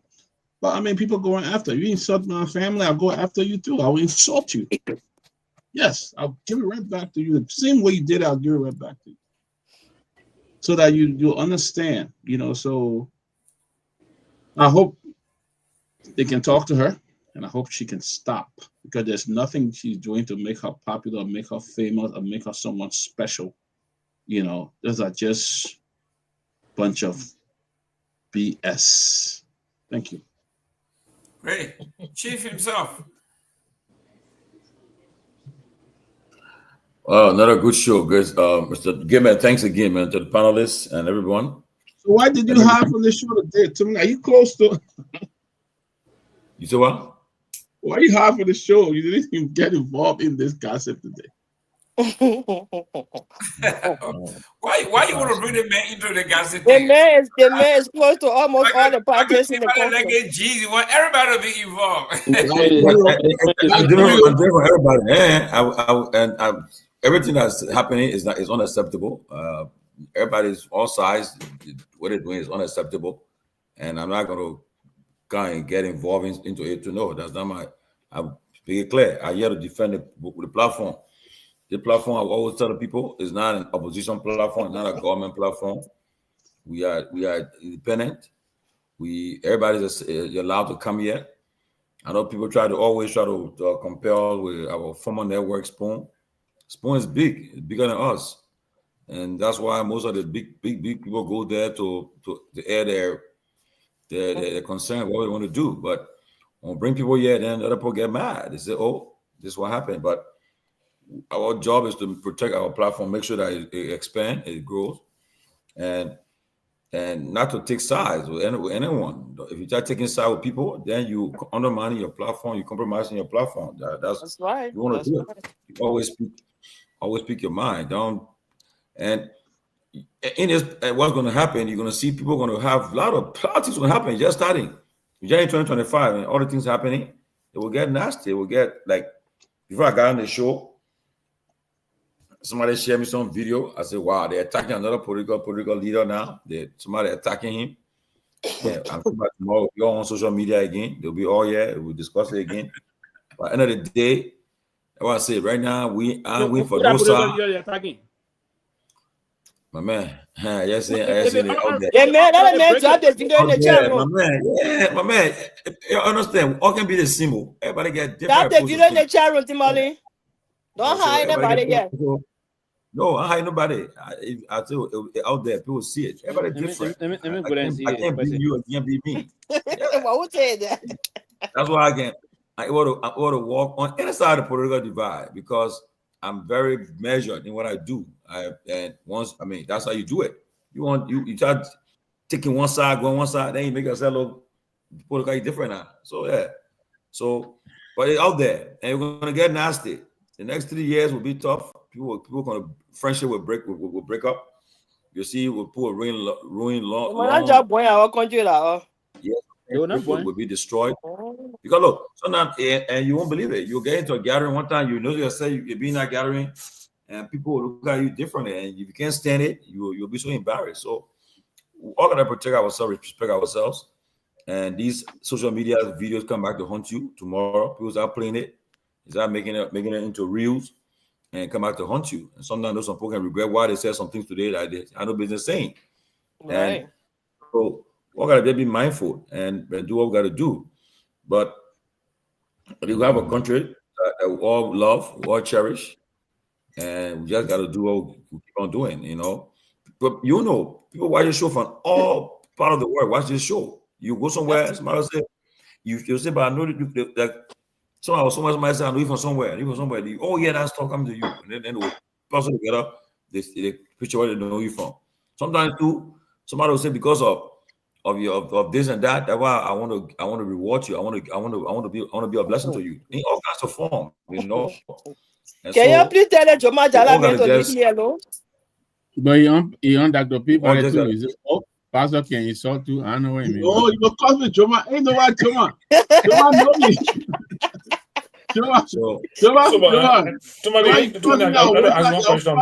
The team. Yeah, what stand of politicking do we want for Liberia in the coming election? Just a second. This getting serious. The word changing. African news. Just a second. African news is announcing that Mali is now saying beginning now, U.S. citizens would need to deposit $10,000 to get a tourist or visitor visa. The other person they call no super is a clown. You won't argument you're a clown or you're a clown because you only can watch me. You're talking. Yeah, here for you. Trust me, that better level. Easy, enjoy your life, brother. Clown, man, big clown. No, I came here, I'm making. A clown. He I will be like him. I will be like him. You're going Guada with a bell. No politician. I open any door. I open any door. No soup boy more than palm butter. No soup boy more than palm butter that he need. That my girlfriend. I think I know girlfriend. No, you may have taken She leave it alone. Let it go. But on the issue about this Brian McGill, I'm not sure. I told the CID boy. I said you guys want to raise money for DNA. Right. And he said he agreed to come on the show now, but I think today the Inspector General arrived in abroad today, so they said they can come. They want authority to come. So I said you guys are coming. What's going on? You'll come. Because everybody's saying now that people have their own interpretation of things, people living and stuff. See what happened with the presidential bidders. They were in hiding until finally the news was breaking on last week. Everybody knows that the government own that building, that structure. So the building is not for JMB personally, it's for the government. But the government, like bro, for far we're concerned now, so we don't tell the whole year. So people say they're not sure, they will let you know. The building is owned by the government. They say it's a presidential party. The day for we project land provided the money for that construction. I don't know. That's also propaganda. Nothing for that paper. Enough for no government. Mr. Gayman, I said it last time, right? And you were saying, I said to come out to say eventually for the government, right? And that's what they did already. They said for the government. So I don't know the budget line. You'll go add the question. You'll go add the finance. She said she doesn't know where the money coming from. But because tomorrow when the government goes to claim it, they will say, "Show me the budget line." That will be defending. I said this clearly, but the good thing about it now, the fact that they say it's going to be owned by the government of Liberia, so it's going to be presidential. But listen, I can't trust these people for any. Let them show the D, who named the D is in, and all that. No, it's for the government. Right? Honorable George, you done? The D is in the government Liberia. Yes, Jamie, and also want to say the Lone Star today they played. Sorry. They drew the game is not about Liberia. We got more to do. We got to put money to want to get it back from soccer. They drew the game. They forced a draw, and it's over now for Liberia. Oh my God! I know they say we get on Serbian coach. Now, small breaking news. Equatorial Guinea, yes. Gayman, you see, right now, I just went out, right? It appears that somebody stole somebody's motorbike. They were running, especially and with speed running through my place, and the other guys are running after the person. Just tonight, I just walk out door to go make sure my place. So the other guys are running behind those that are running behind the criminal. Yeah. Some people are, somebody stole somebody's bike from down behind my place, and the guy is running excessively, and other guys are chasing after him like, and trying to get him down. No, you imagine when they get to him, what will happen? Yeah, but this city motorbike got to stop. They got to stop this city motorbike. They got to stop it. Nice, my dear. Can I stop city if you don't finish it? Go ahead, close. Yeah, so thanks to the Gayman for a good show, and let's look forward. I know Peabody working on the CSA boss will come here or any joker. So hopefully, if it goes through, we'll have the CSA boss coming too. We'll bring them. But did the IG agree to send the sample out of the country for testing? I was told that they are sending already. I don't know about it, but let them come and say themselves. But I know they say they send it somewhere. Well, we will still pay for the counter for the girl. Let them have their own. Yeah, the independent testing. But it's a shame that Liberia, you want to tell me we don't have. We still sending DNA sample out of the country. We do have it. They just want to play games. We have the DNA. The machine is there. It is packed. Don't want to operate it. It's packed. It's no, not that. The firm that they have been using to do this, they are private hospital, private agencies that do DNA. They know that. So they moved to Liberia. Yeah, they know that. We know. Okay, guys. Let's do this tomorrow. Okay. Be on time. Be Thank here. You, sir. Good show, everybody. Good night, guys. Yes. Tomorrow. And we put you on notice. Palm butter, we put you on notice. Palm butter. I've been a clown. It's a clown. He come all the time to say the message to Mali is another Garguah people. I enjoy you. But I go to enjoy. We tell you enjoy. Say, hey, they need the money city. This is the one you're doing. I want love, man. Don't mind that palm butter. Don't mind that palm butter. Apa bala na bala ni timali jali ya utato yi. That palm butter. No, I'm not a clown. I'm a clown. I'm not a clown Palm group. butter. I'm not a clown. It's a clown. I don't mind a clown, seriously. That I palm won't black butter. So get iso. That Tomogi, call him palm butter. He even know the difference between Tomogi and palm butter. The clown come here. So I be clowning yourself with it. Okay, guys, we'll see you tomorrow. All right, guys. Have a good one. Oh, Jamal Jala say your favorite band was Sarah. Yeah, because you're looking for a woman, I don't mind. I mean, the man married starting, I think. Oh, sorry. I'm sorry. I thought the man married.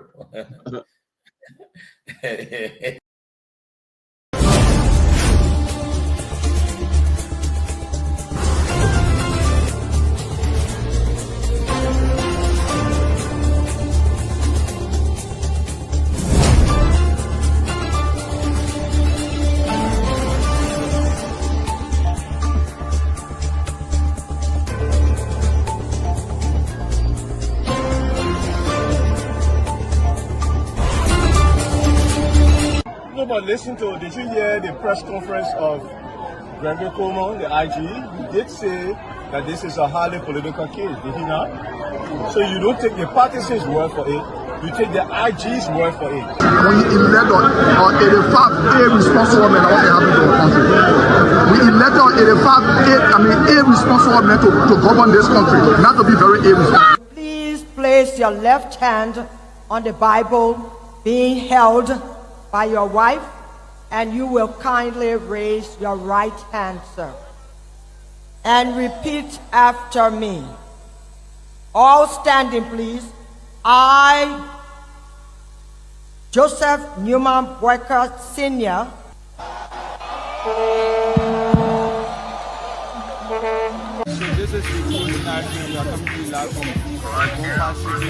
no secret now that your friend and former boss will be a candidate in 2029. With all of that you experience, all of that you know, and everything that you see unfolding in the country now, will you support him? Will you be part of the process? Will you give him the support? Do you think he can be a better president? So why you want to bring political men in it or not? Oh, but you political